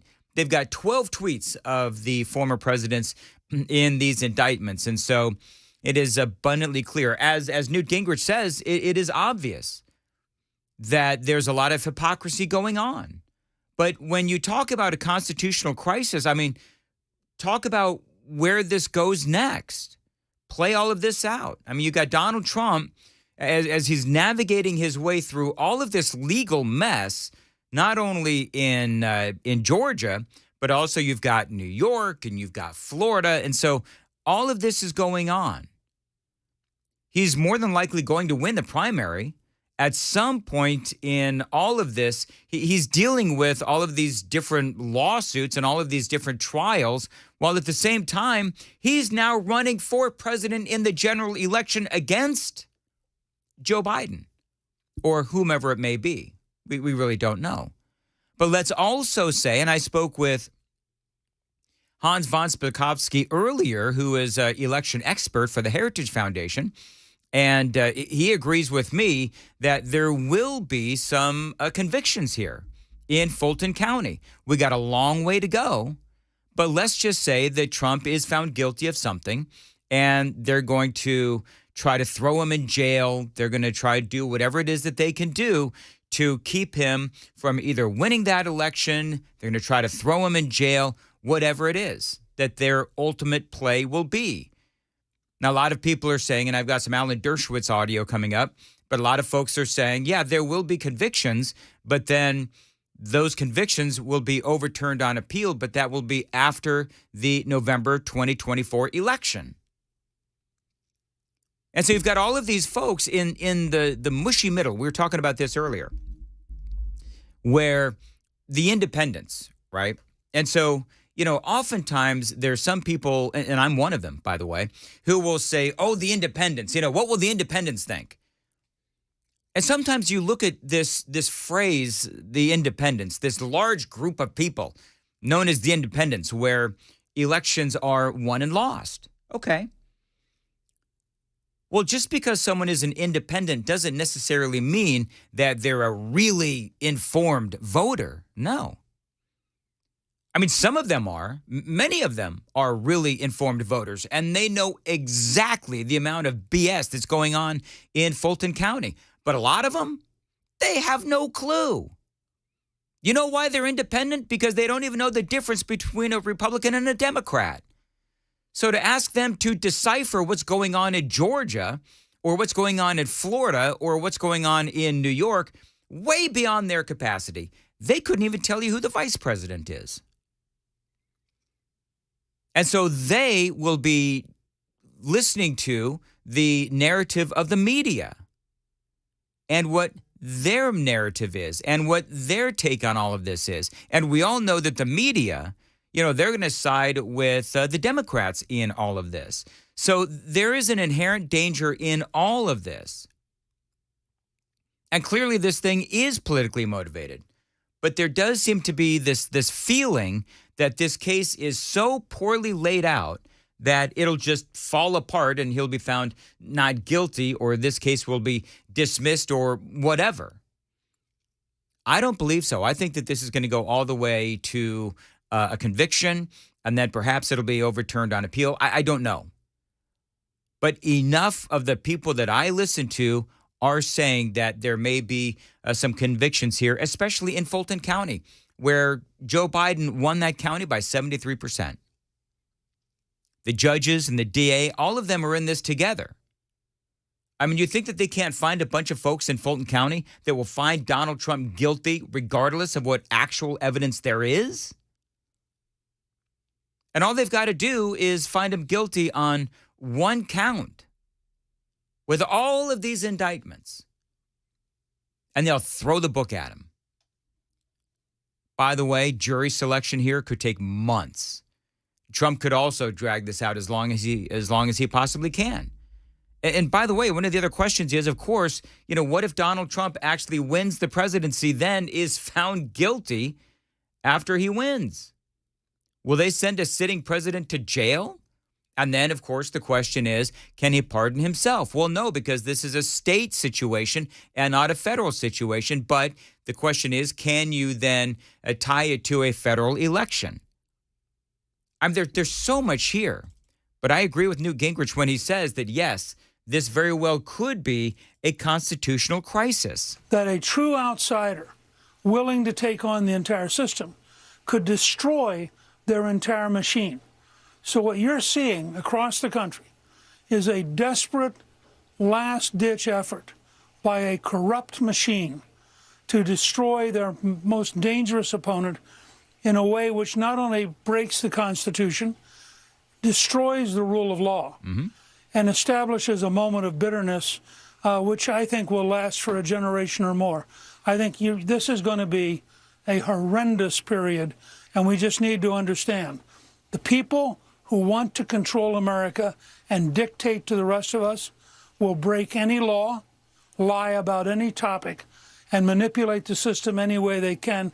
And that includes a lot of the elite news media. That is Newt Gingrich, and he is absolutely right. He is speaking the truth. And what happens next is anybody's guess. It is 7:16. Time to check the roads from the Paul Winkler Investment WTN Traffic Center.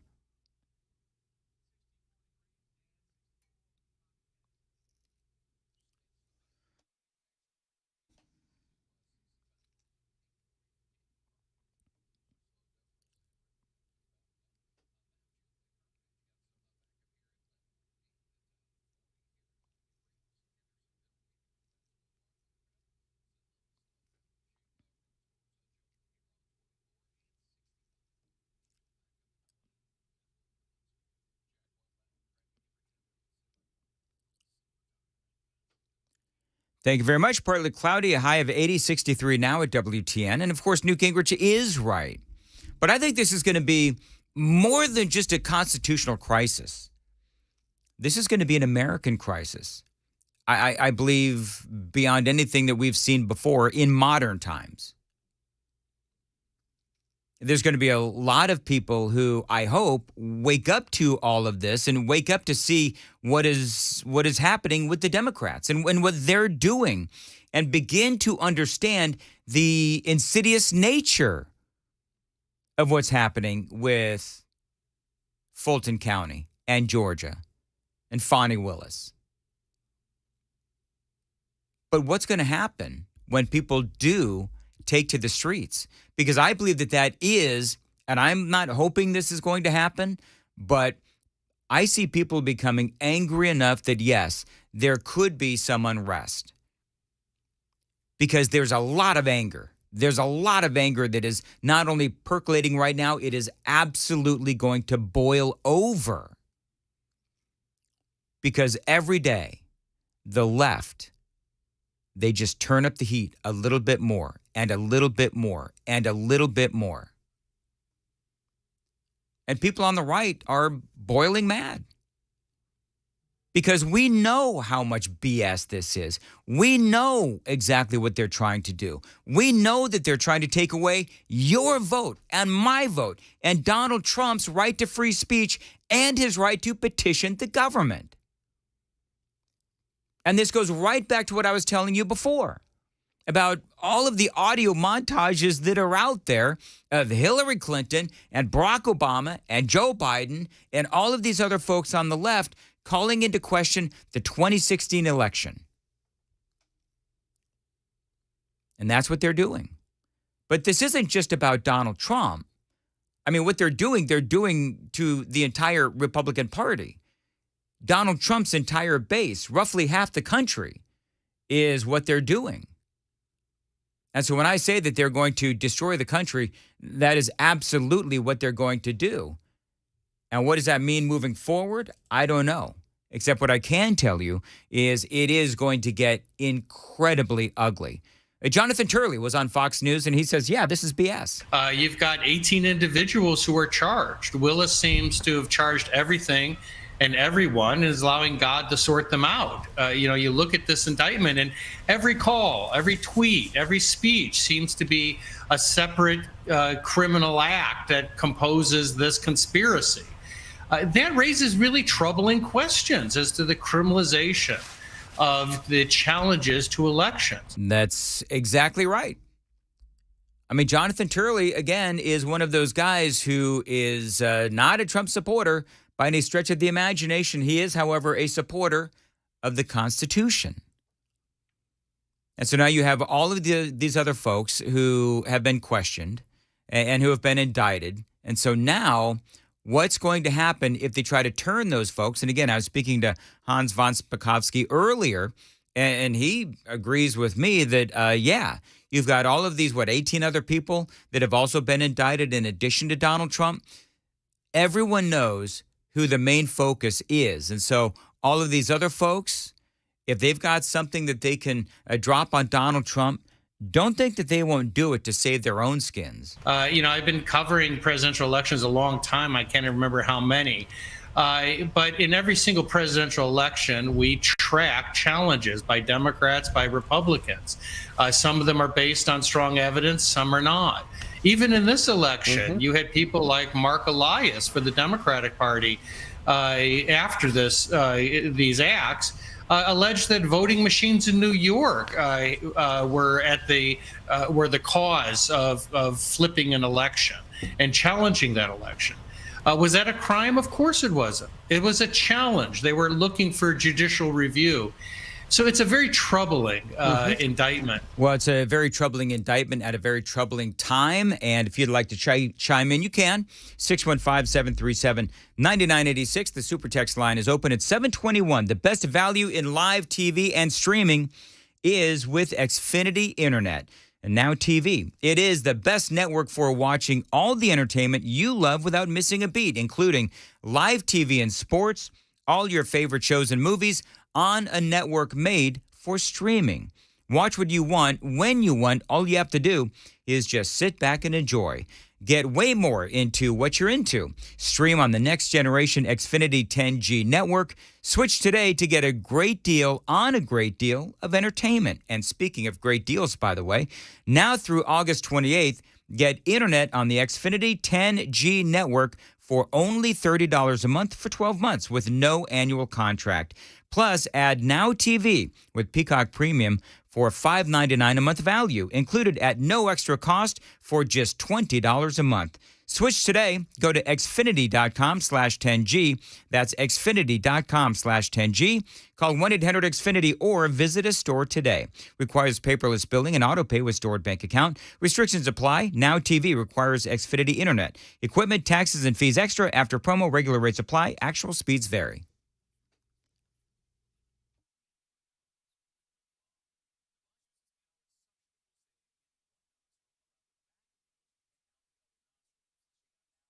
Hey folks, Paul Winkler here.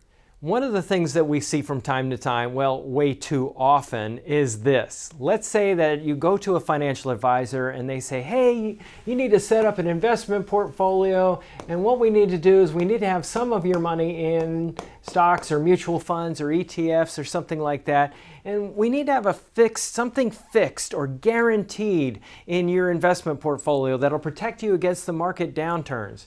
And quite often what they're talking about, they may not use this word, but often what they're talking about is putting your money into some sort of an annuity, like an indexed annuity or something like that, or a fixed annuity. And what they're doing is they're saying, hey, let's put your money in both of these, which sounds really good. And you should. And typically in an investment portfolio, you do want to have fixed investments and stocks as well in the portfolio to protect against inflation. But here's what happens when you manage a portfolio. Let me use a really, really simple example. Let's say I have a portfolio and I got stocks in there. Then I have my fixed income, my bonds in the portfolio as well. And let's say I have half my money in each. When stocks really do well, what we want to do is they're going to be overweighted in my portfolio. I own too much of them because they've done well compared to bonds. It was supposed to be half and half, and now maybe it's 70% stocks and 30% bonds, let's say, or something like that. So I want to sell some of this and buy some of that to bring it back to 50-50 and back and forth throughout time. Well, the problem is when you're managing a portfolio and rebalancing in that way, bringing it back to the original portfolio mix of half and half in my example, I'm going to have to incur a trading cost or a commission or a back-end surrender with the annuity. It doesn't make any sense to use that product in this particular manner. Why do people do it? Well, the reason quite often is this. Commissions are very high with these products. And a lot of firms, they actually require their advisors to recommend a certain amount of annuities for every person that walks in the door. Now, typically annuities are used for a different purpose. They were actually designed for a totally different purpose. And that was distribution toward the end of life. When somebody looks like they're going to run out of money, they're annuitized. Now, let me tell you something. One study showed there was only like 5% of annuities are ever used in that fashion. Most often they're sold as an accumulation vehicle like this, and they were never really designed for that purpose. If you want to learn more, call us for a free 15-minute phone call or go to our website, paulwinkler.com. The number 615-851-1950 or paulwinkler.com. We don't do anything on commission, and we like to rail against these types of things and help investors do what is in their best interest. paulwinkler.com.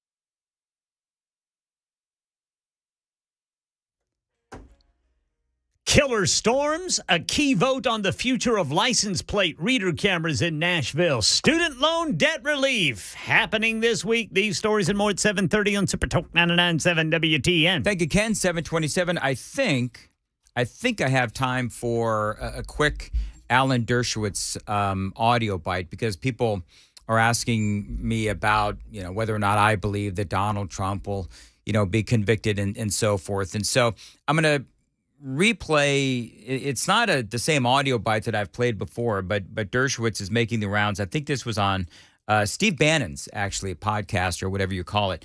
And he is saying, in addition to, Jonathan Turley and Hans von Spakovsky, who I spoke with earlier, and now Alan Dershowitz says, he does expect Donald Trump and others to ultimately be convicted. And I predict there'll be some convictions. I think the strategy is to get bad convictions, but to get them fast in New York, in Florida, in Washington, and in Fulton County. Then they'll be reversed on appeal, but they'll be reversed on appeal after the election. That's why everybody's rushing to get these cases tried. We now know that they want it tried within 6 months in Georgia. They want a trial in January in Washington, D.C. They want a trial in May in Florida. New York has been willing to put it off, but they're going to get on the bandwagon too.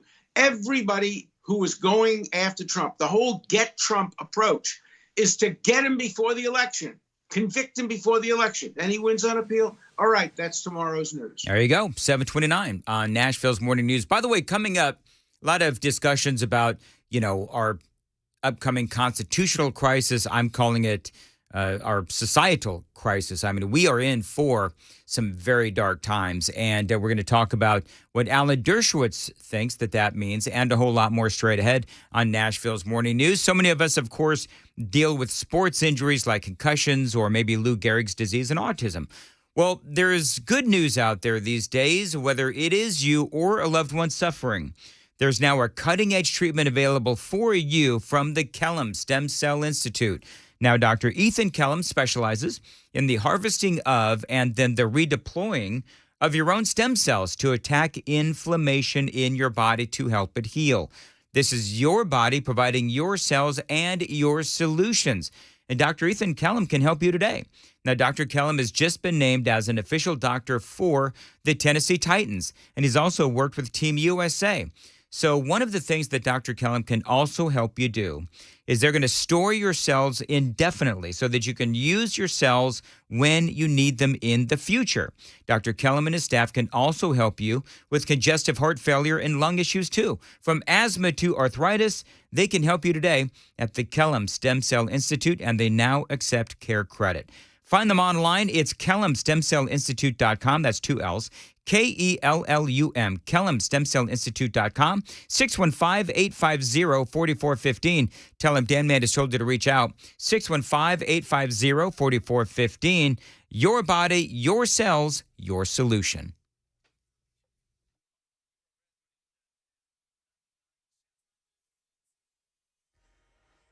I'm Ken Weaver with your top stories. Looks like 65 northbound is still closed there in Murray County, Spring Hill, because of a crash. And then now we got an accident 40 eastbound after McCrory Lane, stop-and-go traffic from the Cheatham-Davidson County line.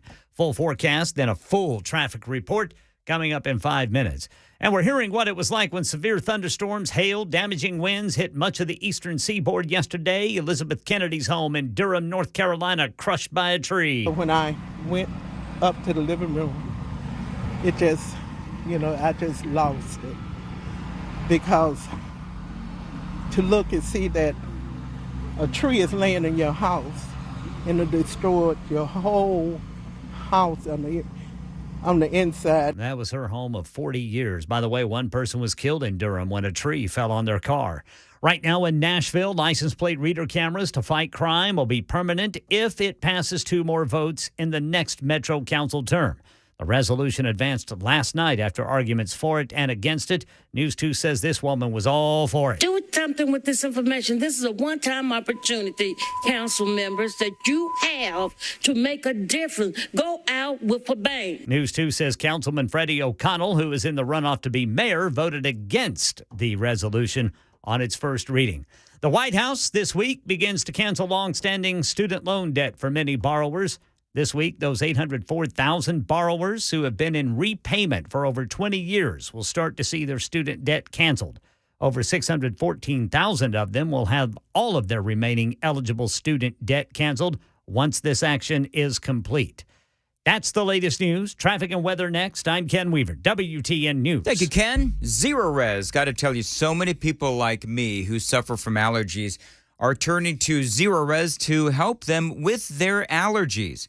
Because when you have your carpets cleaned with Zero Res, you are getting a pure clean. That means pure safety for your family and pets. No harsh chemicals. You know, your carpet is the #1 air filter inside your home, which is why you do need to keep it really clean. And as I like to say, Zero Res clean. They've got a great deal going on right now you need to take advantage of. 3 rooms of carpets cleaned for only $119. You also get a free hallway. This is going to help you and your allergies. 3 rooms of carpets cleaned for only $119. They're going to throw in a free hallway as well, plus a 20% off of air duct cleaning as well. So call them, Zero Res, 615-535-9376. 615-535-9376. You can also book online at ZeroResNashville.com. Zero Res, spell it backwards or forwards. It is the right way to clean.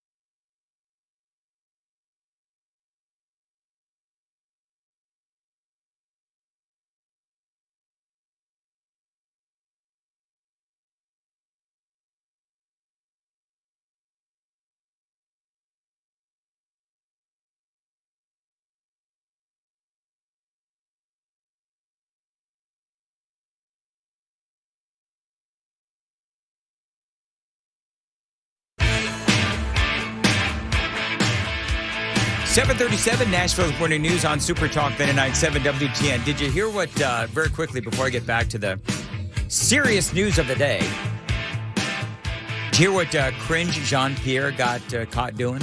I got to hear it, Brother Dan. So apparently, now nobody will be shocked by this, but Joe Biden, believe it or not, does not send out his own tweets. Wait, that's weird. That is strange. I know, isn't that crazy? So apparently, old cringe Jean-Pierre there, she was caught sending out Joe Biden's tweets. Poetic justice. I find it kind of funny, actually. I mean, again, nobody actually thought that Joe Biden was sending out those tweets. Yeah. But I do, though, still find it funny because, you know, the difference between Donald Trump and Joe Biden could not be more evident when you start talking about Twitter. And so apparently, yeah, and this is the story. This was everywhere yesterday. This is from the Daily Caller. KJP's Twitter account apparently posts tweet meant for Joe Biden. White House Press Secretary Karine Jean-Pierre's Twitter account apparently posted a tweet Tuesday that was meant to come from President Joe Biden. The press secretary's account reportedly posted a tweet about investing in all of America and referred to running for president, according to screenshots posted by several accounts. KGP 24. The tweet has since been deleted. Yes. I was speaking to yesterday, I'm doing shows in Washington, D.C. this week, and so I was speaking to interviewing somebody who is part of the White House press corps. And it's conservative. I forget which outlet she was from, but really, really nice lady, really smart. And I basically said, do the majority of the White House press corps understand how much of a train wreck Karine Jean-Pierre is? And she said, you know, there's some eye rolling and, you know, the conservatives will most certainly make note of it. The more mainstream, they just kind of struggle to get by and just try and glean whatever information they can from her. But it is pretty much universally acknowledged, to one degree or another, that she is an absolute train wreck. Absolute train wreck. Anyway, so there you go.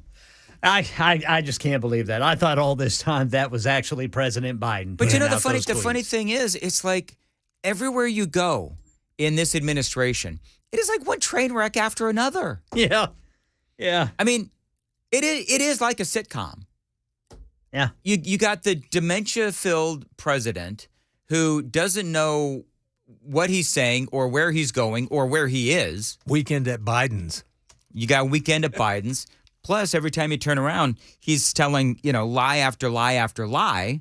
We'll perhaps get into that here in a little bit because he had a heck of a day yesterday in Milwaukee. I mean, it was like he's lying. He's trying to obfuscate the truth about Bidenomics. He slurred his words, and he couldn't figure out how to leave the stage. I mean, it's just all the Biden stuff all wrapped up into one like 10, 12-minute appearance. Good Lord. And then you've got Kamala. I mean, it's just the whole thing.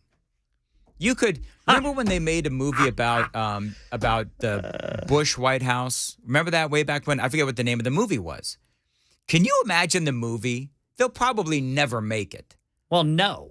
But can you imagine the movie that they could come up with Joe Biden featuring, you know, cringe Jean-Pierre, Kamala Harris, for the love of all that is holy. And not to mention the dude that used to dress up in women's clothing. Oh, my God, yes. Sam Brinton. Sam Brinton, yes. Oh, can you imagine? So, yeah, there's just... I think he's going to jail, isn't he? I think he is. He should be. I think he got caught again. That's like 3 times. Yeah. Is it 3 times he's been caught stealing like women's that. luggage in airports? Yeah. And then the funny thing is, you know, he poses on social media with his new clothes. Yeah. It's just crazy. He's out on bond. And sometimes he, likes to put dog collar on. And well, anyway. You know, something we have to look forward to, boys. I mean, as kind of a sidebar, but, if Ojo does make it, and make another run, make a run for re-election. Just imagine the stories we're going to hear. Yeah, I'm going to make a stumble for the next term. Somebody's got to do a parody, like the Culture Club song "I'll Tumble for You." It's got to be Joe Biden singing "I'll Stumble for You." All right, we'll move on. That's pretty good, Brother Dan. Yes, it is. Thank you. I'm sure that one of the fine musicians that listen to this radio program will come up with that and try and do a nice Culture Club cover. Yeah, who knows? Maybe Boy George himself will. I'll stumble for you. Is Boy George? Boy Joe. Imagine him all dressed up like Boy George. No, thank you. No, that'd be Sam Britton. All right, we got to go. 7:43, Nashville's Morning News. Talking about the coming constitutional crisis. And we've been talking about, Alan Dershowitz, and played some earlier audio from Newt Gingrich and Jonathan Turley, right? All of these great legal minds. Two of the three that I just mentioned, by the way, of course, are Democrats and not big fans of Donald Trump. But when it comes to the crisis, the constitutional crisis that we're talking about in America, I'm saying that it is, a given that we're going to end up in a constitutional crisis. I think this is going to be, though, a societal crisis here in America of epic proportions. This is Alan Dershowitz talking to Steve Bannon. Constitution permits voters to decide who the president should be through the Electoral College. They don't allocate that responsibility to prosecutors, to jurors, to judges. There are now attempts to try to disqualify, and they'll increase after this indictment, to try to disqualify Trump from running under the 14th Amendment, which says that you can't hold office if you've been involved in an insurrection or a rebellion. The 14th Amendment was intended to cover people who fought in the Civil War. It was not intended to cover future elections 150 or 80 years later. Mm-hmm. And so what we're seeing is attempts to misuse and weaponize the Constitution for partisan purposes. It is fascinating, too, isn't it? Because you have these folks on the left, and they are obsessed, with the 14th Amendment. Apparently, they don't know the 25th Amendment, though. Where you've got basically a mentally incapacitated president, and his cabinet should look at the president, listen to the president, and watch the president and realize that this is a man who should not have the nuclear codes. Not that he would remember them anyway, but I understand that's not how it works. But get what I'm saying is that Joe Biden, and I'm going to play you some audio coming up next, Joe Biden is not fit to be president. Everyone knows it. So the people on the left, again, obsessed with the 14th, ignoring the 25th. 7:45, time to check the roads from the Paul Winkler Investment WTN Traffic Center.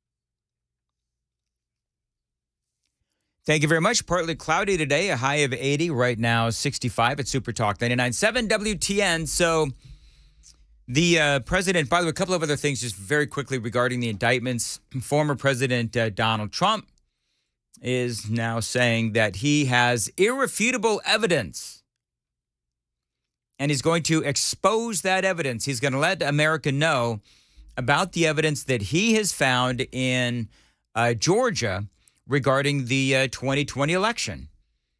And so you got some people out there that are saying that, Trump should not do this.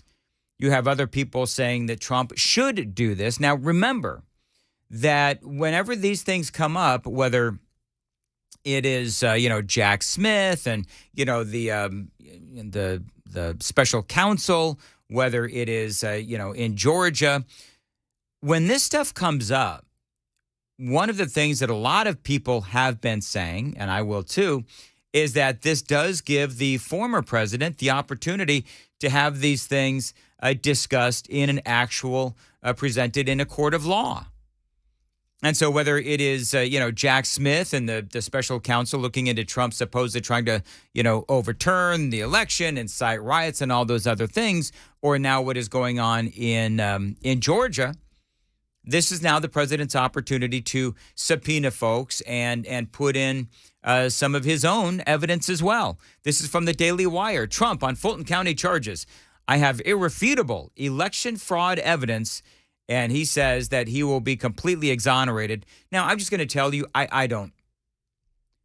More than likely, my own personal opinion on this, I first of all hope that he has some irrefutable evidence. But my experience with Donald Trump has been that he says these things and there's never really anything new. It's just the same kind of regurgitated stuff.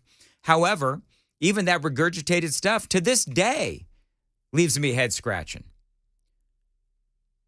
But here's what he says. A large, complex, detailed, but irrefutable report on the presidential election fraud which took place in Georgia is almost complete and will be presented by me at a major news conference at 11 a.m. on Monday of next week in New Jersey, Trump wrote in a statement posted on social media.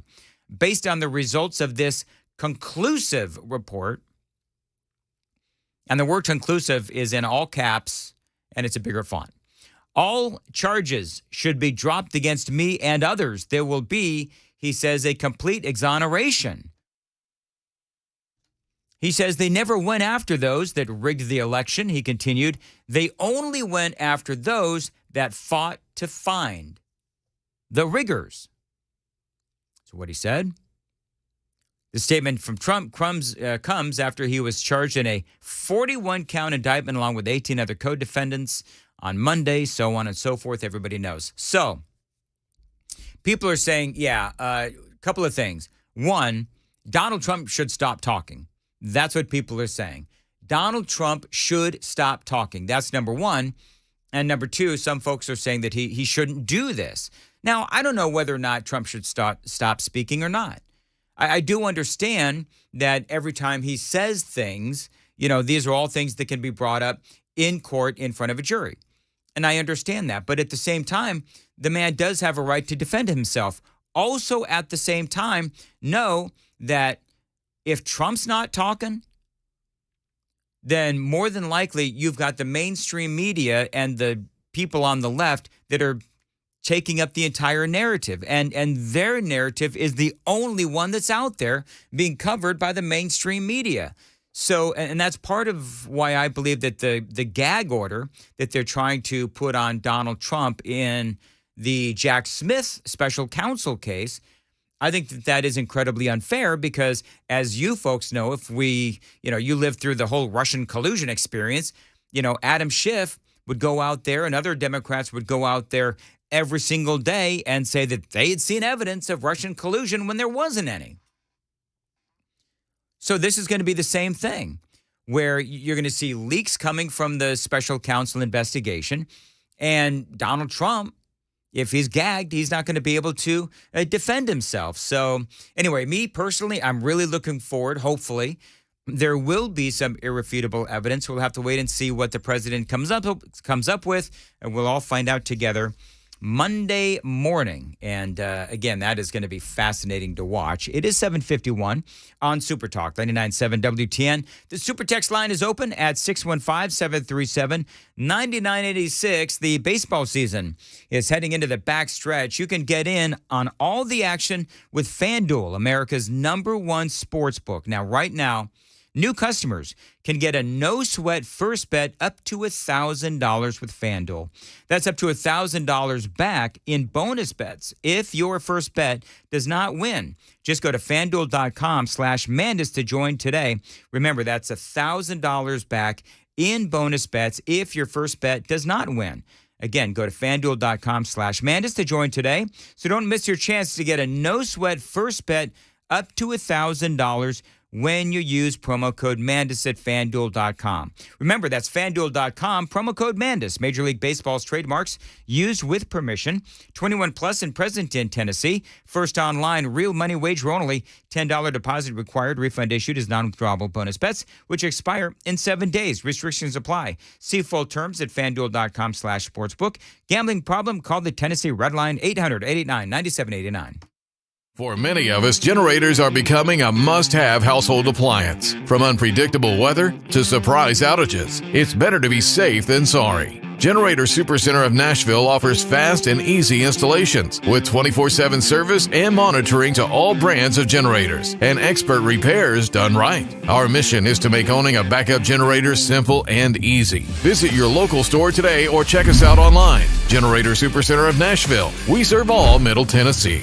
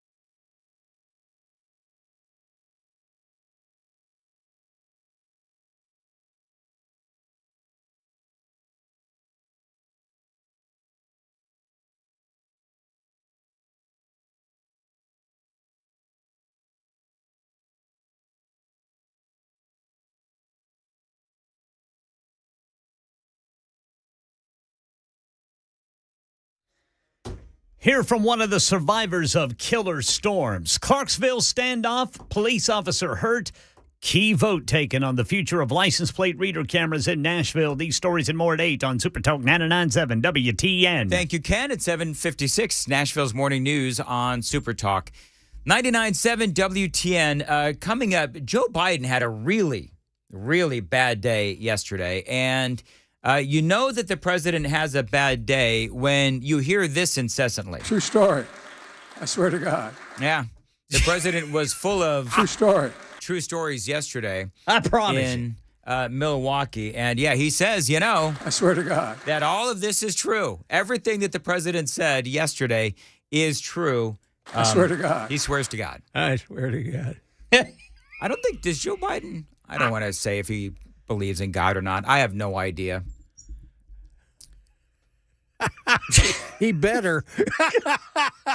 You know what? He's been doing a lot of sinning. Joe Biden is doing a lot of sinning. Yes, so he is. You know, liar, liar, pants on fire. Yes. Lying is a sin. Yes, you know? it is. I'm so help me God. By the way, True story, I tell you. I keep asking folks if they can tell me what this is. Then, when I signed the bipartisan infrastructure again, which Nobody is getting. Now I don't even know what the answer is. when I signed the bipartisan infrastructure again, which The bipartisan infrastructure again, which The bipartisan civil auction. Yeah, bipartisan I got. The rest of it, not so sure. Sound like it was a civil auction. Yeah, that's what it sounded like. Bipartisan civil auction. Yeah, it's a bipartisan civil auction. Anyway, we've got the audio highlights from Joe Biden in I swear it's Milwaukee true. next on WTN. No lie.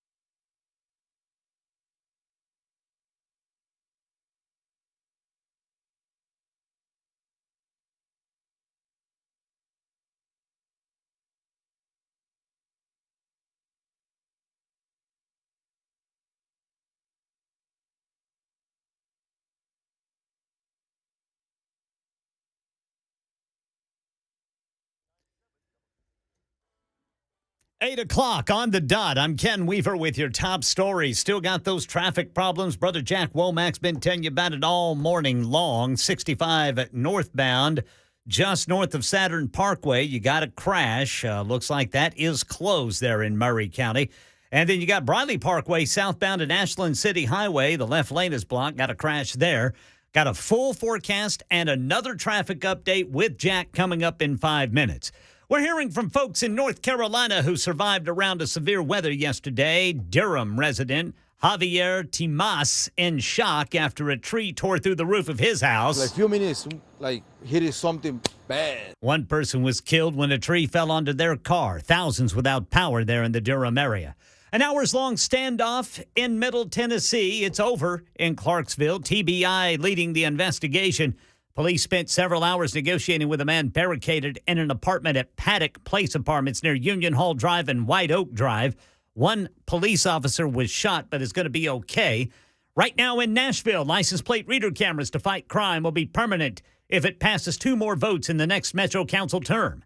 The resolution advanced last night after arguments for it and against it, including residents and council members who think it'll be used to unfairly target certain people. This over-policing leads to the detention and deportation of Black and brown people. There have been vendors that other cities have used that have shared information with ICE and with other agencies. Channel 4's Ryan Breslin has some of the argument in favor of the license plate reader camera program. We heard from a Metro police sergeant last night. He says the LPRs would have been able to help police arrest two 15-year-olds from Kentucky who stole a car days before they were later arrested for murdering gas station clerk Vishal Patel in Hermitage. News 2 says the councilman, Freddie O'Connell, who is in the runoff to be mayor, voted against this resolution on its first reading.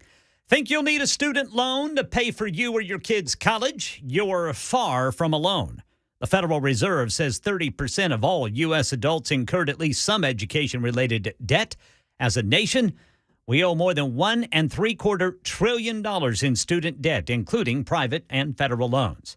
And medical groups say a rethink is needed when it comes to how mental health emergencies in kids are being treated. Here's Brian Clark. Children in mental health crisis should be referred from emergency departments to mental health centers. That's one recommendation of several made by emergency healthcare groups who say the rising numbers of these emergencies are stretching their already thin resources. Other recommendations from the American Academy of Pediatrics, American College of Emergency Physicians, and Emergency Nurses Association include more funding for new mental health specialists and using mobile crisis teams for situations that arise in schools and at homes. As Brian Clark reporting, Market Numbers Report. Market Numbers brought to you by Beacon Capital Management. Online at beaconcm.com. Futures down ahead of this morning's opening bell. Dow futures off 25, S&P down 3, NASDAQ futures down 10. That's the latest news. Traffic and weather next. I'm Ken Weaver, WTN News.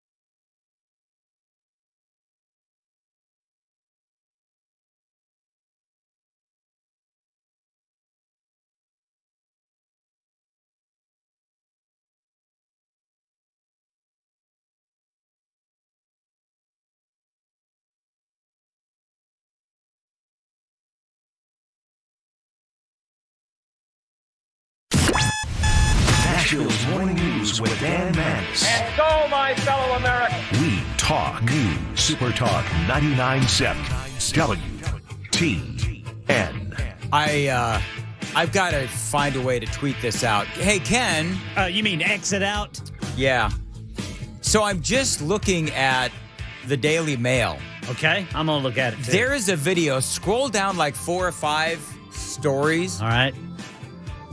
There's a woman who is walking around firing a gun in the air. And so the cops come up and they sideswipe her with a car. And down she goes. And Long Island cops are being praised now after using an SUV to sideswipe and save a woman firing this gun into the air and holding it to her head. Wow. Yeah, it's a crazy. I gotta. Can you put that on our social media? I'm still looking for it. Oh, okay. Well, it's there. It's on the Daily Mail, U.S. version. Oh, U.S. version. Okay. And yeah, and I don't know what happened to the woman. She got hit by. You know what's going to happen? She's going to sue. She'll probably sue. Even though it probably saved her life too. Well, she's walking. She's in the middle of the street walking around, got a gun to her head. And so the video shows, and this is what caught my attention, the video shows the SUV police cruiser sideswiping her, and down she goes, and then they get out, and they I guess obviously got the gun and saved her. So I don't know what her... And everybody else. Well, yeah, because she was, firing the gun into the air.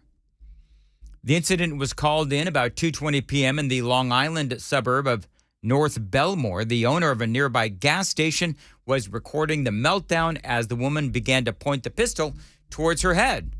As the woman points the gun at her skull, a police SUV makes a hard turn towards her, and before she can get away, knocks her to the street. 33-year-old woman who is yet to be identified was firing a semi-automatic pistol into the air and pointing it at oncoming vehicles. Goodness. Why do we keep That's seeing terrifying. this? We keep seeing this. We saw that in San Francisco a couple of weeks ago. Here it is on the New York Post. They're walking around. You got these people that are just walking around the streets, and they're aiming pistols at people and, firing guns into the air and so forth. And, I'm looking at this video, and she just gets run over. I'd like to know if these people are on antidepressants. I really would. I don't know. Because, a lot of antidepressants have these side effects. In fact, if you remember Zoloft, said could cause suicidal tendencies. And I'm thinking, isn't that what it's supposed to be stopping? Yeah, I think you're right. They say that the protocol in the police department is that deadly physical forces versus deadly physical force. Yeah. That's the law, they say. Looks like she's okay. Well, she needs to get some help. Is what she needs. This was at 2:20 in the afternoon. Well, and the thing She's is... just walking around. The thing is, the police officers, they would have been, I think, well within their right to just, take her out with a car. Well, by any means necessary, yes, right? That's exactly right. If she's pointing a gun at vehicles with innocent people driving and children probably at 2 o'clock in the afternoon, then the police, I believe they have every right to take her out. Maybe I'm wrong on that. I don't know. But what I am saying is that they need to get her the help that she needs. But anyway, I'll try and post that on my social media pages when I'm going to beat you to it, Brother Dan. What do you think about that? I'd go ahead and put it at 997WTN.com social media, if you would, Ken Weaver. I am going to do it, Brother Dan Mandis, right now. So Joe Biden was in yes, I want to hear this. Milwaukee. Yes. Yesterday. Now, we've all heard this story because he keeps telling it, of all of the millions of miles that he took on Amtrak versus the miles that he put on the Air Force planes. He keeps telling the story of the conversation that he had with one of these guys that worked for Amtrak. And this is a story that has been debunked, dozens and dozens of times, yet he still tells the story. Joey, baby, grabs my cheek. Swear to God, I thought they were going to shoot him. And I said, no. I said, what's the matter, Angie? He said, I read this thing. Now again, he's told this story. I mean, I don't know how many times, but dozens at least. And every time he tells the story, people will point out, well, the timeline on this story does not match. Simply put, it doesn't match. And it's a story that has been debunked, but he keeps telling it. And I've told you the story a couple of different times. I don't want to go through it all again because I've got a lot of audio to play. But the point is that he keeps telling the story, and I wonder. I swear to God. I wonder if this is a situation where the president does he not remember that he's told this story many, many, many times? Does he not know that it's been debunked many times, and that it's been proven that he was not telling the truth? And one of my favorites, of course, when the president often lies like he does, he says, true story. I swear to God. That's what he True always story. says. I swear to God. Yeah, it's got to be the bumper sticker for Biden 2024. True story. I swear to God. That's a Joe Biden Harris 2024. True story. Swear to God. Yeah. You know what I would say? The Bidenomics sucks. True story. I swear to God. Yeah, it does. But see, here's the thing, is that he lies about so many different things. Oh, wait, here's another one. There's a bridge collapse in Pittsburgh. I think it was a couple years ago, if I remember right. And so he told this story yesterday in Milwaukee, just since we're compiling all the lies of Joe Biden yesterday. By the way, Pittsburgh is a city of bridges, more bridges in Pittsburgh than any other city in America. I watched that bridge collapse. I got there and saw it collapse with over 200 feet off the ground going over a valley. And it collapsed. Thank God school was out. Well, he says that he saw the bridge collapse, but he couldn't have because the bridge collapsed at 6:45 in the morning. He didn't arrive at the scene until 2 o'clock in the afternoon. Yeah, he probably wasn't even awake. No. Well, that's some of that Biden time. That's right. Well, when Biden says, yeah, I saw that, I saw that bridge collapse. You know what he says? True story. I swear to God. That's what he says. That's right up there with, let me be honest with you. Yeah. I mean, what else does Joe Biden say? Because he's got these sayings like true story. I swear to God. He's got these sayings where he uses those phrases, then you know that he's lying. I think it was even the New York Times has picked up on the fact that when he uses those crutch phrases, it is an indicator that he's about to tell a lie. Well, it's kind of like when Hillary Clinton goes, I'm so happy you asked that question. Yeah. Oh, yeah. When really, she's not. She's arranging quietly to have you killed. Yeah, exactly. Hillary Clinton, she's happy that you're asking that question. True story. I swear to God. So anyway. Well, he always says Jack. Yes, he does say Jack. Yeah, he'll refer to a reporter who asks a question seeking the truth from him. He'll refer to that reporter as Jack. Yeah. Bub. Bub. You guys ever been called Bub? No. I've actually been called Bub. Have you been called Bub? I've been called Bub. My family used to call me Bubba, right? I think I've told that story before. My family used to call me Bubba. My mom still does, actually. All right. Hello, Bub. So I've been called Bub in a loving way and also in a really hateful way. Hey, mind your P's and Q's, Bub. I think that was the actual quote. Look here, Bub. There's going to be a butt kicking, Bub. That was pretty much what it was. I'm like, sure. Whatever you say. Anyway, 8:16, time to check the roads from the Paul Winkler Investment WTN Traffic Center.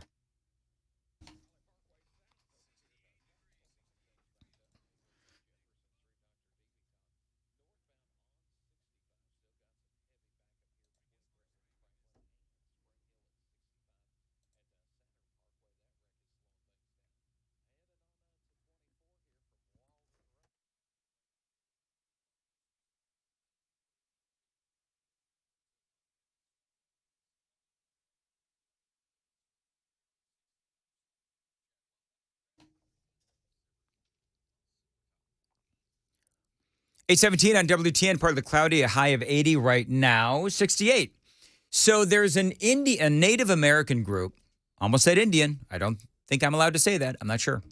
There's a Native American group that is now demanding that the old Redskins, now the Commanders, take the name Redskins back. Really interesting story. Would you, Ken and Johnny, would you both agree that conservatives have come a long way in the last couple of years in dealing with, wokeism and that kind of thing? Would you say that we've come a long way given what we now have learned regarding like Bud Light, for example? Yes. I think we've come a long way. We've had to put up with a lot. We've put up with a lot, and now we're beginning to push back. And so, back several years ago when the Redskins were the Redskins and you had, some of these folks that were demanding that the Redskins change the name, and ultimately we all know that they did. Well, now there's a group of Native Americans who are demanding that the Redskins, the Commanders, go back to the name Redskins. I'll vote for that. I would vote for it, too. Well, is it not a sign of pride, too? I mean, you're not naming your team because it's a horrible name. You're naming it because they're warriors. Yes. Well, strong men. You know what? Women. Eunice Davidson is apparently 100% Indian or Native American. And she says, yeah, that's absolutely the truth. We wrote a letter to the commanders asking them, that all we really want to do is just have a seat at the table to talk to them about this. That it was taken away by, a lot of the polls out there say that we have 90% American Indians who want this kept, and we know that for a fact because they mail us all the time, email us, messenger us, and they're from all over the nation. So anyway, we decided to go ahead and send an email or a letter to them asking them just for a seat at the table so we can let them know who we are and that we support bringing back the Redskin name. The Redskin name was never, ever a derogatory name, never. Our ancestors used to call themselves Redskin, Red Men. It was just a term to determine their color. They called the white men, they called them white skins. And the black men, they called them black skins. It was never, ever a derogatory term. It never meant bloody scalps the way it's been put out there. Yeah, and several things there. Media, we all know, is relentlessly left. And so the media doesn't represent the fans. They don't represent the team. No. They hardly represent Native Americans who, no doubt, after the previous Redskins owners changed the name, I'm sure that the same media that was so concerned about the Native American groups being offended, they just moved along. Meantime, as I've been pointing out for years, there's a lot of really terrible things that are happening in the Native American community when it comes to poverty, unemployment, a lack of health care. We can talk about dropout rates and abusive relationships, all of those things. And so for the media and the whole demanding that the Redskins change their name, it was all just a bunch of, what we would call virtue signaling, pure and simple. And so a guy by the name of Tony Henson, who is working with this group, he said, yeah, you know what? Conservatives have learned now over the years with how to deal with these woke groups that are making their demands. Well, there's a new sheriff in town now. We're gonna put the heat on them relentlessly. But it's this time, rather than the 10% minority putting the heat on them, it's going to be the 90% majority backed up by the fans. Offense is a two-way street. There's people that say, well, if just one person is offended, then you have to get rid of it. Well, what if just one person is offended by Indian removal? I'm offended. Most Native Americans, most Americans are offended by this cancel culture. Yep. I tell you this, Americans, to include Native Americans and any other hyphenated Americans, is sick and tired of cancel culture.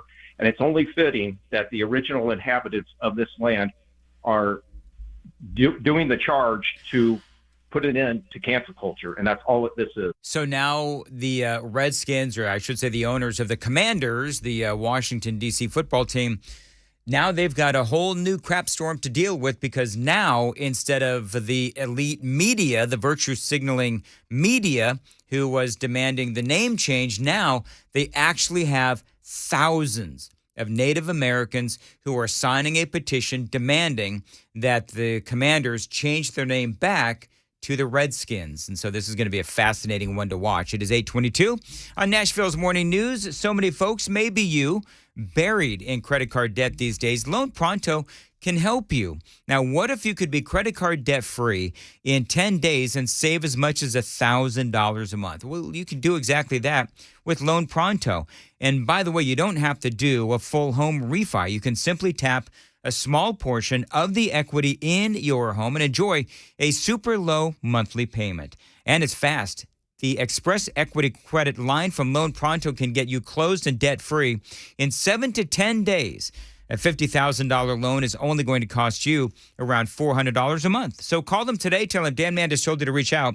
615-499-5780. You can use that money to pay off high-interest credit cards or make some home improvements. But the point is that Loan Pronto makes it easy and fast, and they're waiting for your call at 615-499-5780.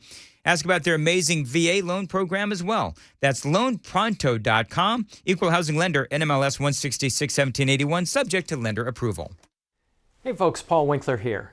One of the things that we see from time to time, well, way too often, is this. Let's say that you go to a financial advisor and they say, hey, you need to set up an investment portfolio, and what we need to do is we need to have some of your money in stocks or mutual funds or ETFs or something like that, and we need to have something fixed or guaranteed in your investment portfolio that'll protect you against the market downturns. And quite often what they're talking about, they may not use this word, but often what they're talking about is putting your money into some sort of an annuity, like an indexed annuity or something like that, or a fixed annuity. And what they're doing is they're saying, hey, let's put your money in both of these, which sounds really good. And you should. And typically in an investment portfolio, you do want to have fixed investments and stocks as well in the portfolio to protect against inflation. But here's what happens when you manage a portfolio. Let me use a really, really simple example. Let's say I have a portfolio and I got stocks in there. Then I have my fixed income, my bonds in the portfolio as well. And let's say I have half my money in each. When stocks really do well, what we want to do is they're going to be overweighted in my portfolio. I own too much of them because they've done well compared to bonds. It was supposed to be half and half, and now maybe it's 70% stocks and 30% bonds, let's say, or something like that. So I want to sell some of this and buy some of that to bring it back to 50-50 and back and forth throughout time.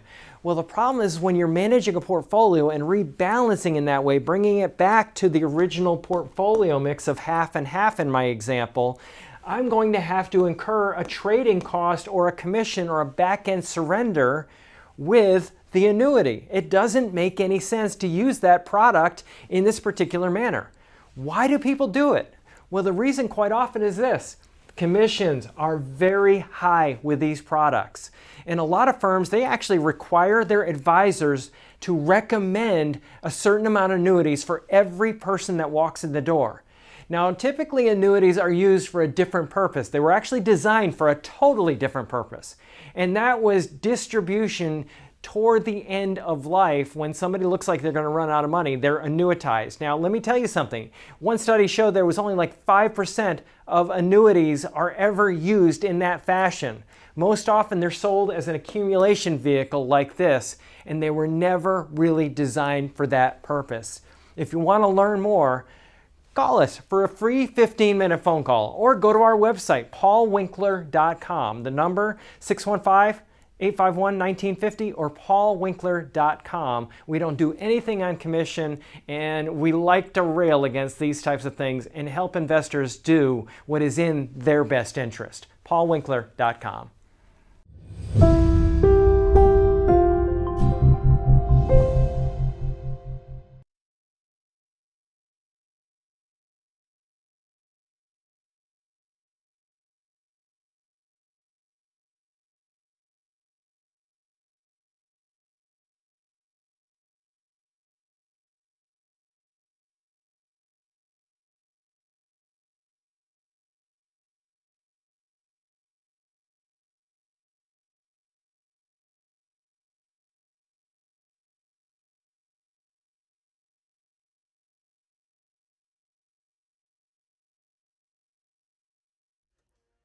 Key vote for the future of license plate reader cameras in Nashville. And this just coming in, the White House announcing a trip the president and first lady plan to take on Monday. Your money news, too, coming up at 8:30 on Super Talk 99.7 WTN. They're finally going to Maui? You just have to wait to hear, Brother Dan Mandis. You know what? He's going to Lake Tahoe, Nevada, and nobody can figure out why. Have you heard that story? I have. No. So it's apparently the president is going to Lake Tahoe. Okay. And the White House press corps, I interviewed somebody yesterday. I'm doing a show in Washington, D.C., and I was interviewing one of the White House press corps people. And she's like, yeah, nobody knows why they're going to Lake Tahoe. And they're not telling us why they're going to Lake Tahoe. But it's like a 6-day trip. Maybe he doesn't either. Yeah. Maybe they're going to try to find his marbles. I don't know. Might be. Maybe they're going to try to find his memory. Or try to find corn pop. Maybe they're trying to find corn pop. I don't know. Yeah. I don't know. But the White House press corps, they're a little baffled by all of this. Because they can't get any answers as to why he's going. Some are even calling this a secret trip, but it's not really secret because we know where he's going. We're just not finding out why he's going. Yeah, it's a week-long stay. They're going to go for a week. Yeah. Okay. So you looked it up. Yeah. Always wanted to go to Lake Tahoe. Just sounds like a great place. I don't know. I don't know why he's always like. I know it sounds cliche to keep saying this about presidents because they always said this about Trump too, and probably Biden. He's always on vacation. Well, yeah, Joe Biden is always on vacation. I mean, if he's not sleeping on the beach, he is back home in Delaware, or he's now going to Lake Tahoe. Now, do they say it's a vacation, Ken, or do they just say he's going? They just say that he will travel to Tahoe after meeting with the leaders of South Korea and Japan at Camp David.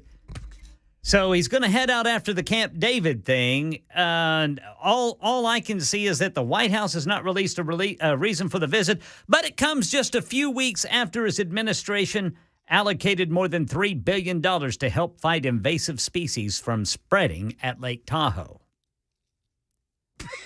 And yet there's going to be invasive species visiting Lake Tahoe. Some sort of weird fish or something apparently getting into Lake Tahoe, I guess. I don't know. What do they have in Lake Tahoe? I have no idea. Maybe they have those beetles that eat away at the trees. That's what happens sometimes in forests. They got these beetles that eat away at the trees, and that causes trees to die, and then that causes fuel for fire. Yes, I don't know. Yeah. I don't know what invasive species we'd have to be worried about there at Lake Tahoe. You know what invasive species I'm worried about? Democrats. 8:30 on. I thought that was funny. 8:30 on Nashville's Morning News on Super Talk. Mark Spain Real Estate. If you've been thinking about selling your home, now is the time with the guaranteed offer from Mark Spain Real Estate. You can sell your home hassle-free this summer. Dan here. Now is a great time to sell your home as home values in Nashville continue to increase. With the guaranteed offer from Mark Spain Real Estate, you can receive the strongest cash offer in the industry and close within days. The guaranteed offer from Mark Spain Real Estate is hassle-free selling. You're going to get the best deal with the least amount of hassle. And they've got nearly 10,000 five-star reviews. Mark Spain Real Estate is the most trusted real estate team in America. So call them. Tell them Dan Mandis told you to reach out at 855-299-SOLD. 855-299-SOLD. You can also find them online. It's markspain.com and start packing.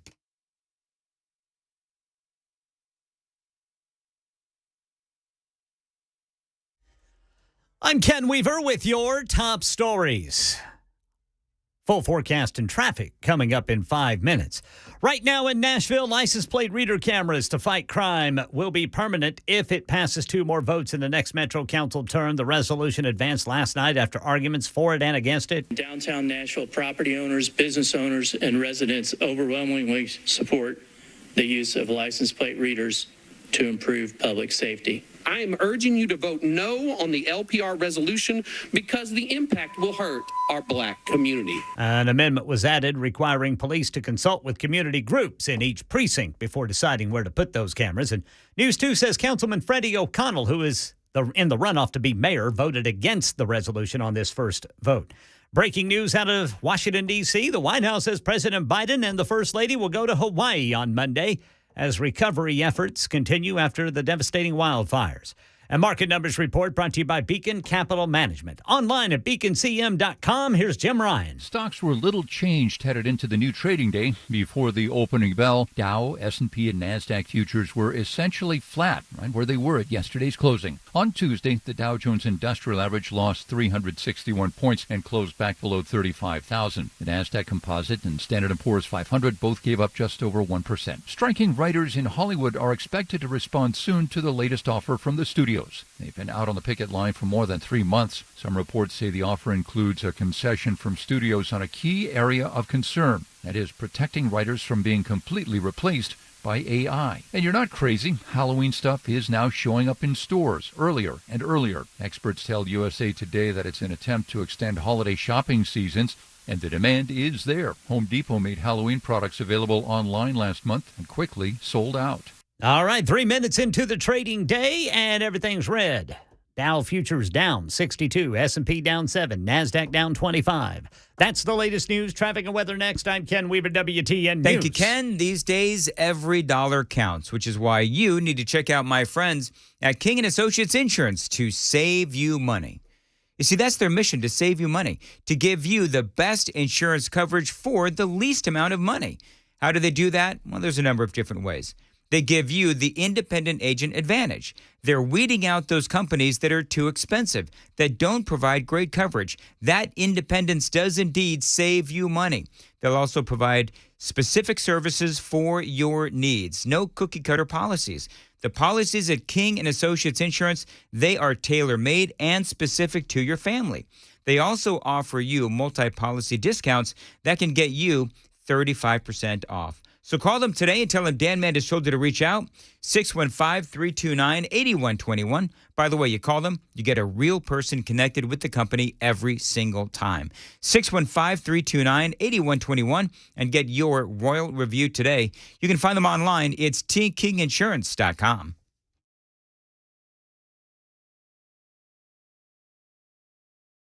For many of us, generators are becoming a must-have household appliance. From unpredictable weather to surprise outages, it's better to be safe than sorry. Generator Supercenter of Nashville offers fast and easy installations with 24/7 service and monitoring to all brands of generators and expert repairs done right. Our mission is to make owning a backup generator simple and easy. Visit your local store today or check us out online. Generator Supercenter of Nashville. We serve all Middle Tennessee.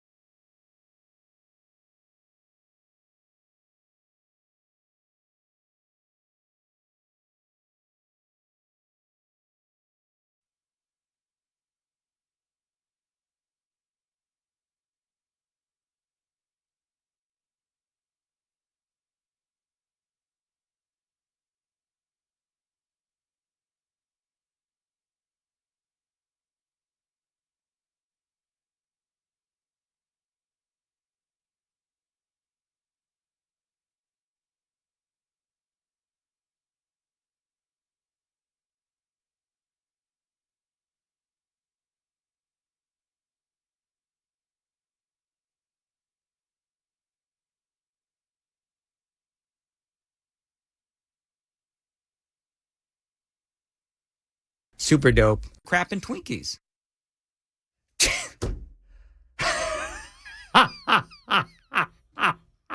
8:38, Nashville's Morning News, Super Talk 99.7 WTN. Really, Johnny? Is that what we're going to do today? Say what? What was that? It's going to be a super dope segment, you guys. Yes, it is. Crap and Twinkies. Anyway, gang of four amigos. As soon as we kick Johnny out, it's going to be the gang of three. Johnny was up late last night. He's punchy, man. I love it. Punchy. I was up so late. I was Crap and Twinkies. Yeah. All right. I guess that's what we're going to do today. Very good. Thank you, Johnny. I appreciate that. You're welcome. You know, that'd be a star attraction at a fair. It sure would. In fact, just imagine if. That's what old Penn should be doing up there in Iowa. Yeah. Exactly right. He'd draw a crowd. So I'm looking at some of these old some super texts. They have been flying in today. And there's one particular who is clearly a hater. By the way, hello, Chris Hand. Hello. Brother Chris Hand. How's everybody doing? Doing good. Oh, just Chris Hand. Apparently we're crapping Twinkies. Yeah, and we are. Where did that one come from? Because that's going to be a regular on the Chris Hand show. Oh, I say that all the time. Crap and Twinkies. Crap and Twinkies. Yeah. There you go. I don't know. Can I just say, I don't know where I got that from. I don't know, but it makes a point. Yes, it does. Does it? Yes. Makes a point that I'm an idiot and I use silly phrases. No, I like it. I like this one, too. Super dope. Yeah, Super dope. Yeah, that's cool. So this guy, I said to Mac Morey yesterday, I said, if the station ever goes under, we have to flip to a hip-hop station or something. We should be Super Dope 99.7. oh my gosh, super dope. Super 99.7, sure. We could do that for April Fool's Day. Yeah. Or not. So We'll anyway, play that rap tune. Crap and Twinkies. Yeah. And whenever the fair rolls around, we'll do tricks for people. It's the latest from Sweet Tea and the Gang. Crap and Twinkies on Super Dope 99.7. And they'll be the warm-up band will be thumbs down. Do you know how many people came up to me at the thing last night and said they liked my sweet tea joke? But They were just lining up for that. it's a good joke, man. It is a good joke. I was so proud of that because I made it up myself. I liked it. I don't know. Now, I mean, do I need to, sort of retell the joke because there might be some people that didn't hear the bit. Let's hear it, dude. Oh, yeah. Please. You know what? You can't remake the magic twice. Well, I'm just that's gonna let true. it go.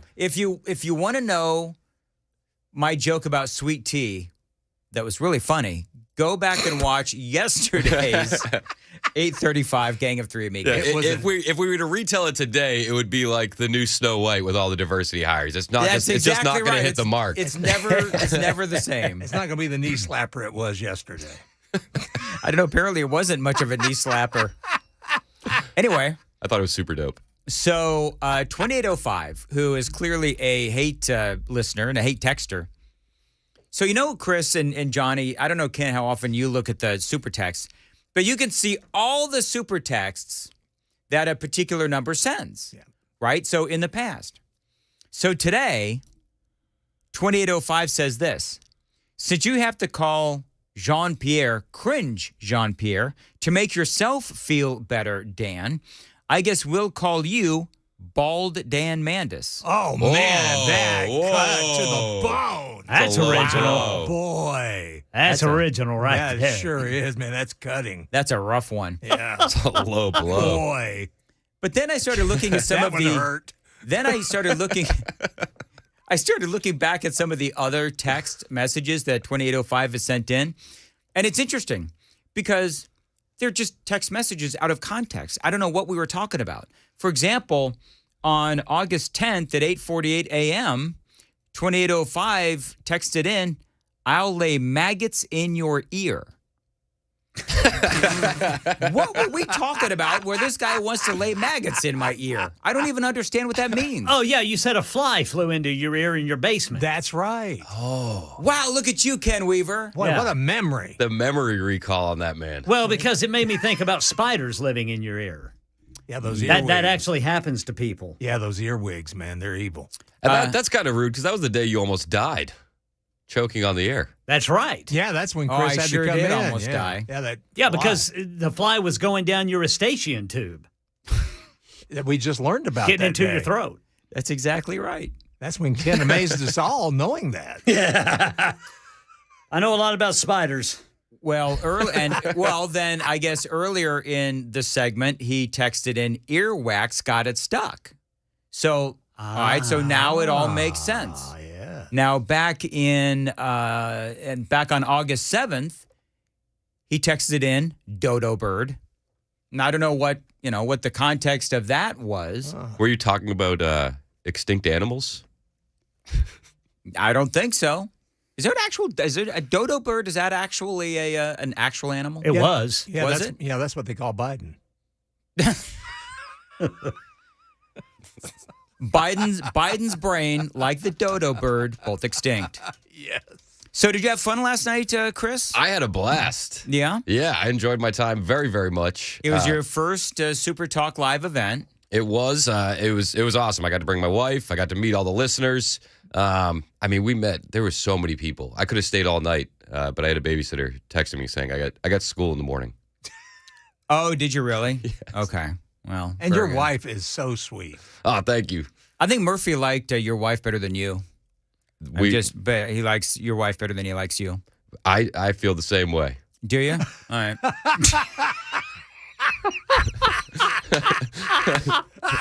Moving on, I guess. She must be at work. Dave says Murphy is going to own you, Pickle Dan. So can I just say this? Have you ever played pickleball? I have not. Okay. You know what's so funny? The look on Chris's face was, oh crap, he's going to ask me to play pickleball. I've been avoiding it like the plague. No, I can tell. Now Brian has the shingles, so he can't play pickleball. But my wife keeps telling me, she's like, I'm really proud of you for staying out of the pickleball tournament. Hey, Chris. Looks like that's over with, brother Chris. We need to all get together and play the pickleball. Pickleball. It'll take one game and you guys won't invite me anymore. Well, I need you to make me look good. Perfect. Because I'm terrible. So the worse you are, the better I look. All right. Right? But anyway, so Matt, for last couple of weeks, Matt has been saying, oh, he hurt his knee. Wah, wah, wah. My knee is hurt because he played pickleball with me and a couple of older ladies. I think that injury is kayfabe. Kayfabe? Yeah, it's a wrestling term. He's faking it. Oh, he's faking it? Well, all of a sudden, I'm like, all right, well, then to heck with it.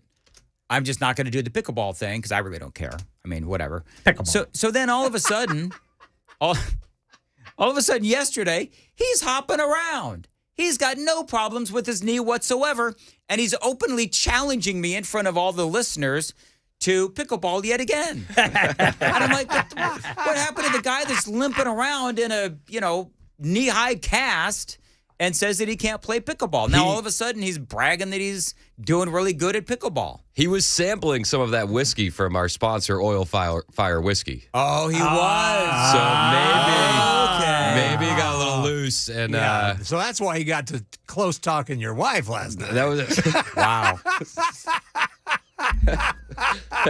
Well, that explains why he's able to hop around on that bad knee. Yeah. Channeling his inner Biden.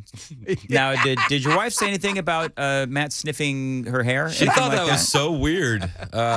She wasn't sure why he kept sniffing her hair. Did he have aviator sunglasses on? It was the most awkward moment of the night.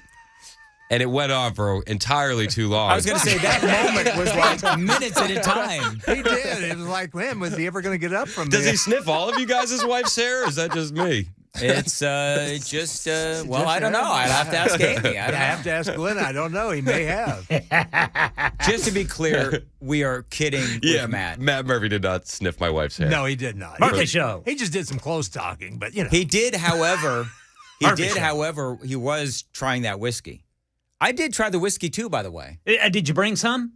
No, I didn't bring any Oil Fire whiskey. My wife tried it too, and I was really hoping it would do what the ad said, but no. What did the whole seductive thing? Oh yeah, yeah. You know, Guess she was just too in the tired. sales meeting when they gave me, did I ever tell you this? No. In the sales meeting when they gave me the copy points, they wanted me to say that it was seductive. And I'm like, I'm not saying it's seductive. That just sounds weird. Yet here I am saying it's seductive. And it'll make your toes curl. Boy, everybody got quiet on that one. That'd be interesting. You know what? I did try. I mean, look, I'm not a whiskey drinker. Everybody knows. It actually wasn't bad. I mean, for me, that is a full-throated endorsement of Oil Fire whiskey, saying it wasn't that bad because I'm not a whiskey drinker. You still got that little sample in your office? No. Oh, wait. I don't know. Let me go check. I had a bottle that was sitting in my... Chris wouldn't take it. Mac wouldn't take it. Johnny, I tried to give it to Johnny. I'll take it. I don't drink anymore. I'll take it. And Johnny claims not to drink anymore. But my wife might take it. I'll see what it does to Fritz. Well, Ken Can give it to Ken Fritz. clearly wants it because he said 5 times, I'll take it, I'll take it, I'll take it. Yeah, you go, I couldn't give it to Johnny. I'll take it. I couldn't give it to Chris. I'll take it. Couldn't give it to a salesperson. I'll take it. It's a shame nobody wants it. Yeah. I guess we'll just have to dump it down the drain. That's exactly right. Somebody down the hall, you guys want some whiskey? Ken's jumping up and down going, I'll take it. Let's go ask the sports station if anybody wants it. since nobody's speaking up. Dan doesn't want me to take it because I'm going to start wrestling him. 9061 is asking if you drink the Oil Fire whiskey, will the nipples start to tingle? I will tell you that as it gets awkwardly silent, my nipples did not tingle. And see, you guys got so quiet when I just said the toes curl line. But then you'd say that and everybody starts laughing. See? I don't know. That didn't sound like a lot of laughter. That sounded a little quiet. You know, I think we can always count with these gang of 4 amigos. I think we can all count on at least one awkward moment of silence. Yeah, it'll happen every time. Don't say that because sales will want to sponsor it. This awkward moment of silence brought to you by Oil Fire Whiskey. Nipple tingling. Nipple tingling. Crap and Twinkies. Oh, we're starting a whole thread, man. Chris, what's coming up after the news at 9? Well, Vivek Ramaswamy, he's quickly becoming one of my favorites. He just took a crap and Twinkies all over Neil Cavuto on Fox News, and I'm not a Neil Cavuto fan. I think he's just an absolute shill, so I love it when somebody stands up to him. Plus, we got the latest from Joe Biden's speech in Wisconsin. Underwhelming at best. So, yeah, we've been playing, I'm sure you have some other audio bites. There is plenty to choose from, but did you see when he was trying to leave? He couldn't figure out, where in the heck he was trying to go. And, it's like, I think what they ought to do with Biden is on his teleprompter, they need to put a big finger pointing in whatever direction he's supposed to go in. Because it's always the same. He awkwardly looks around, can't figure it out. Then he does the little Biden jog. It might already be on the teleprompter because usually he points which way he thinks he's supposed to go. So maybe he's reading the teleprompter. Oh, yes. Now, did you, I don't know if this is part of your bit today, but we're trying to figure out what in the world Biden says here. Then, when I signed the bipartisan infrastructure again, which...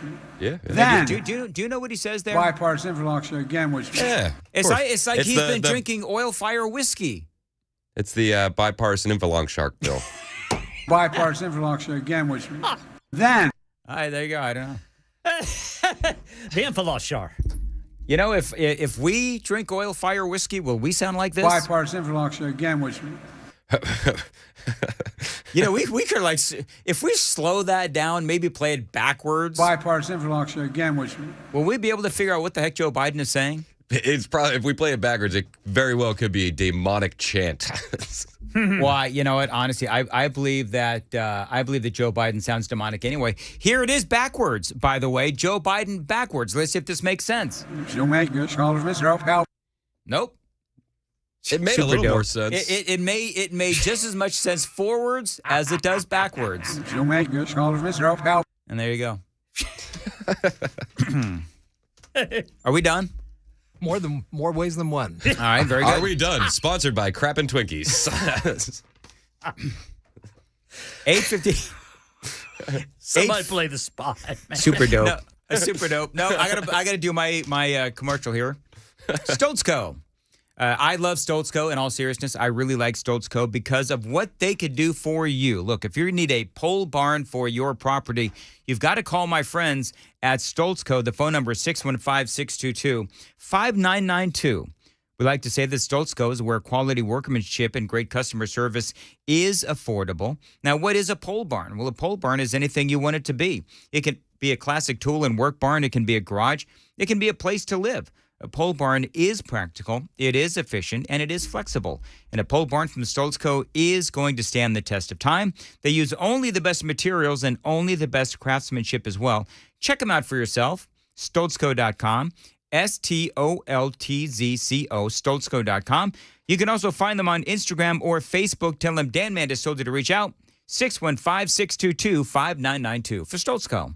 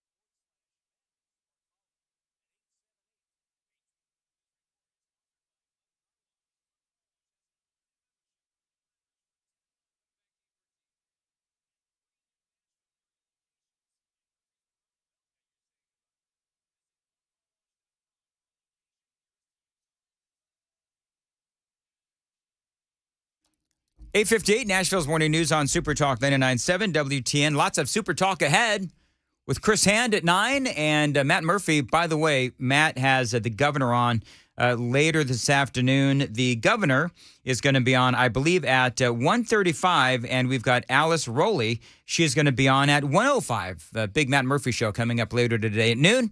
And it's Brian Wilson after the news at 3 right here on Super Talk 99.7 WTN.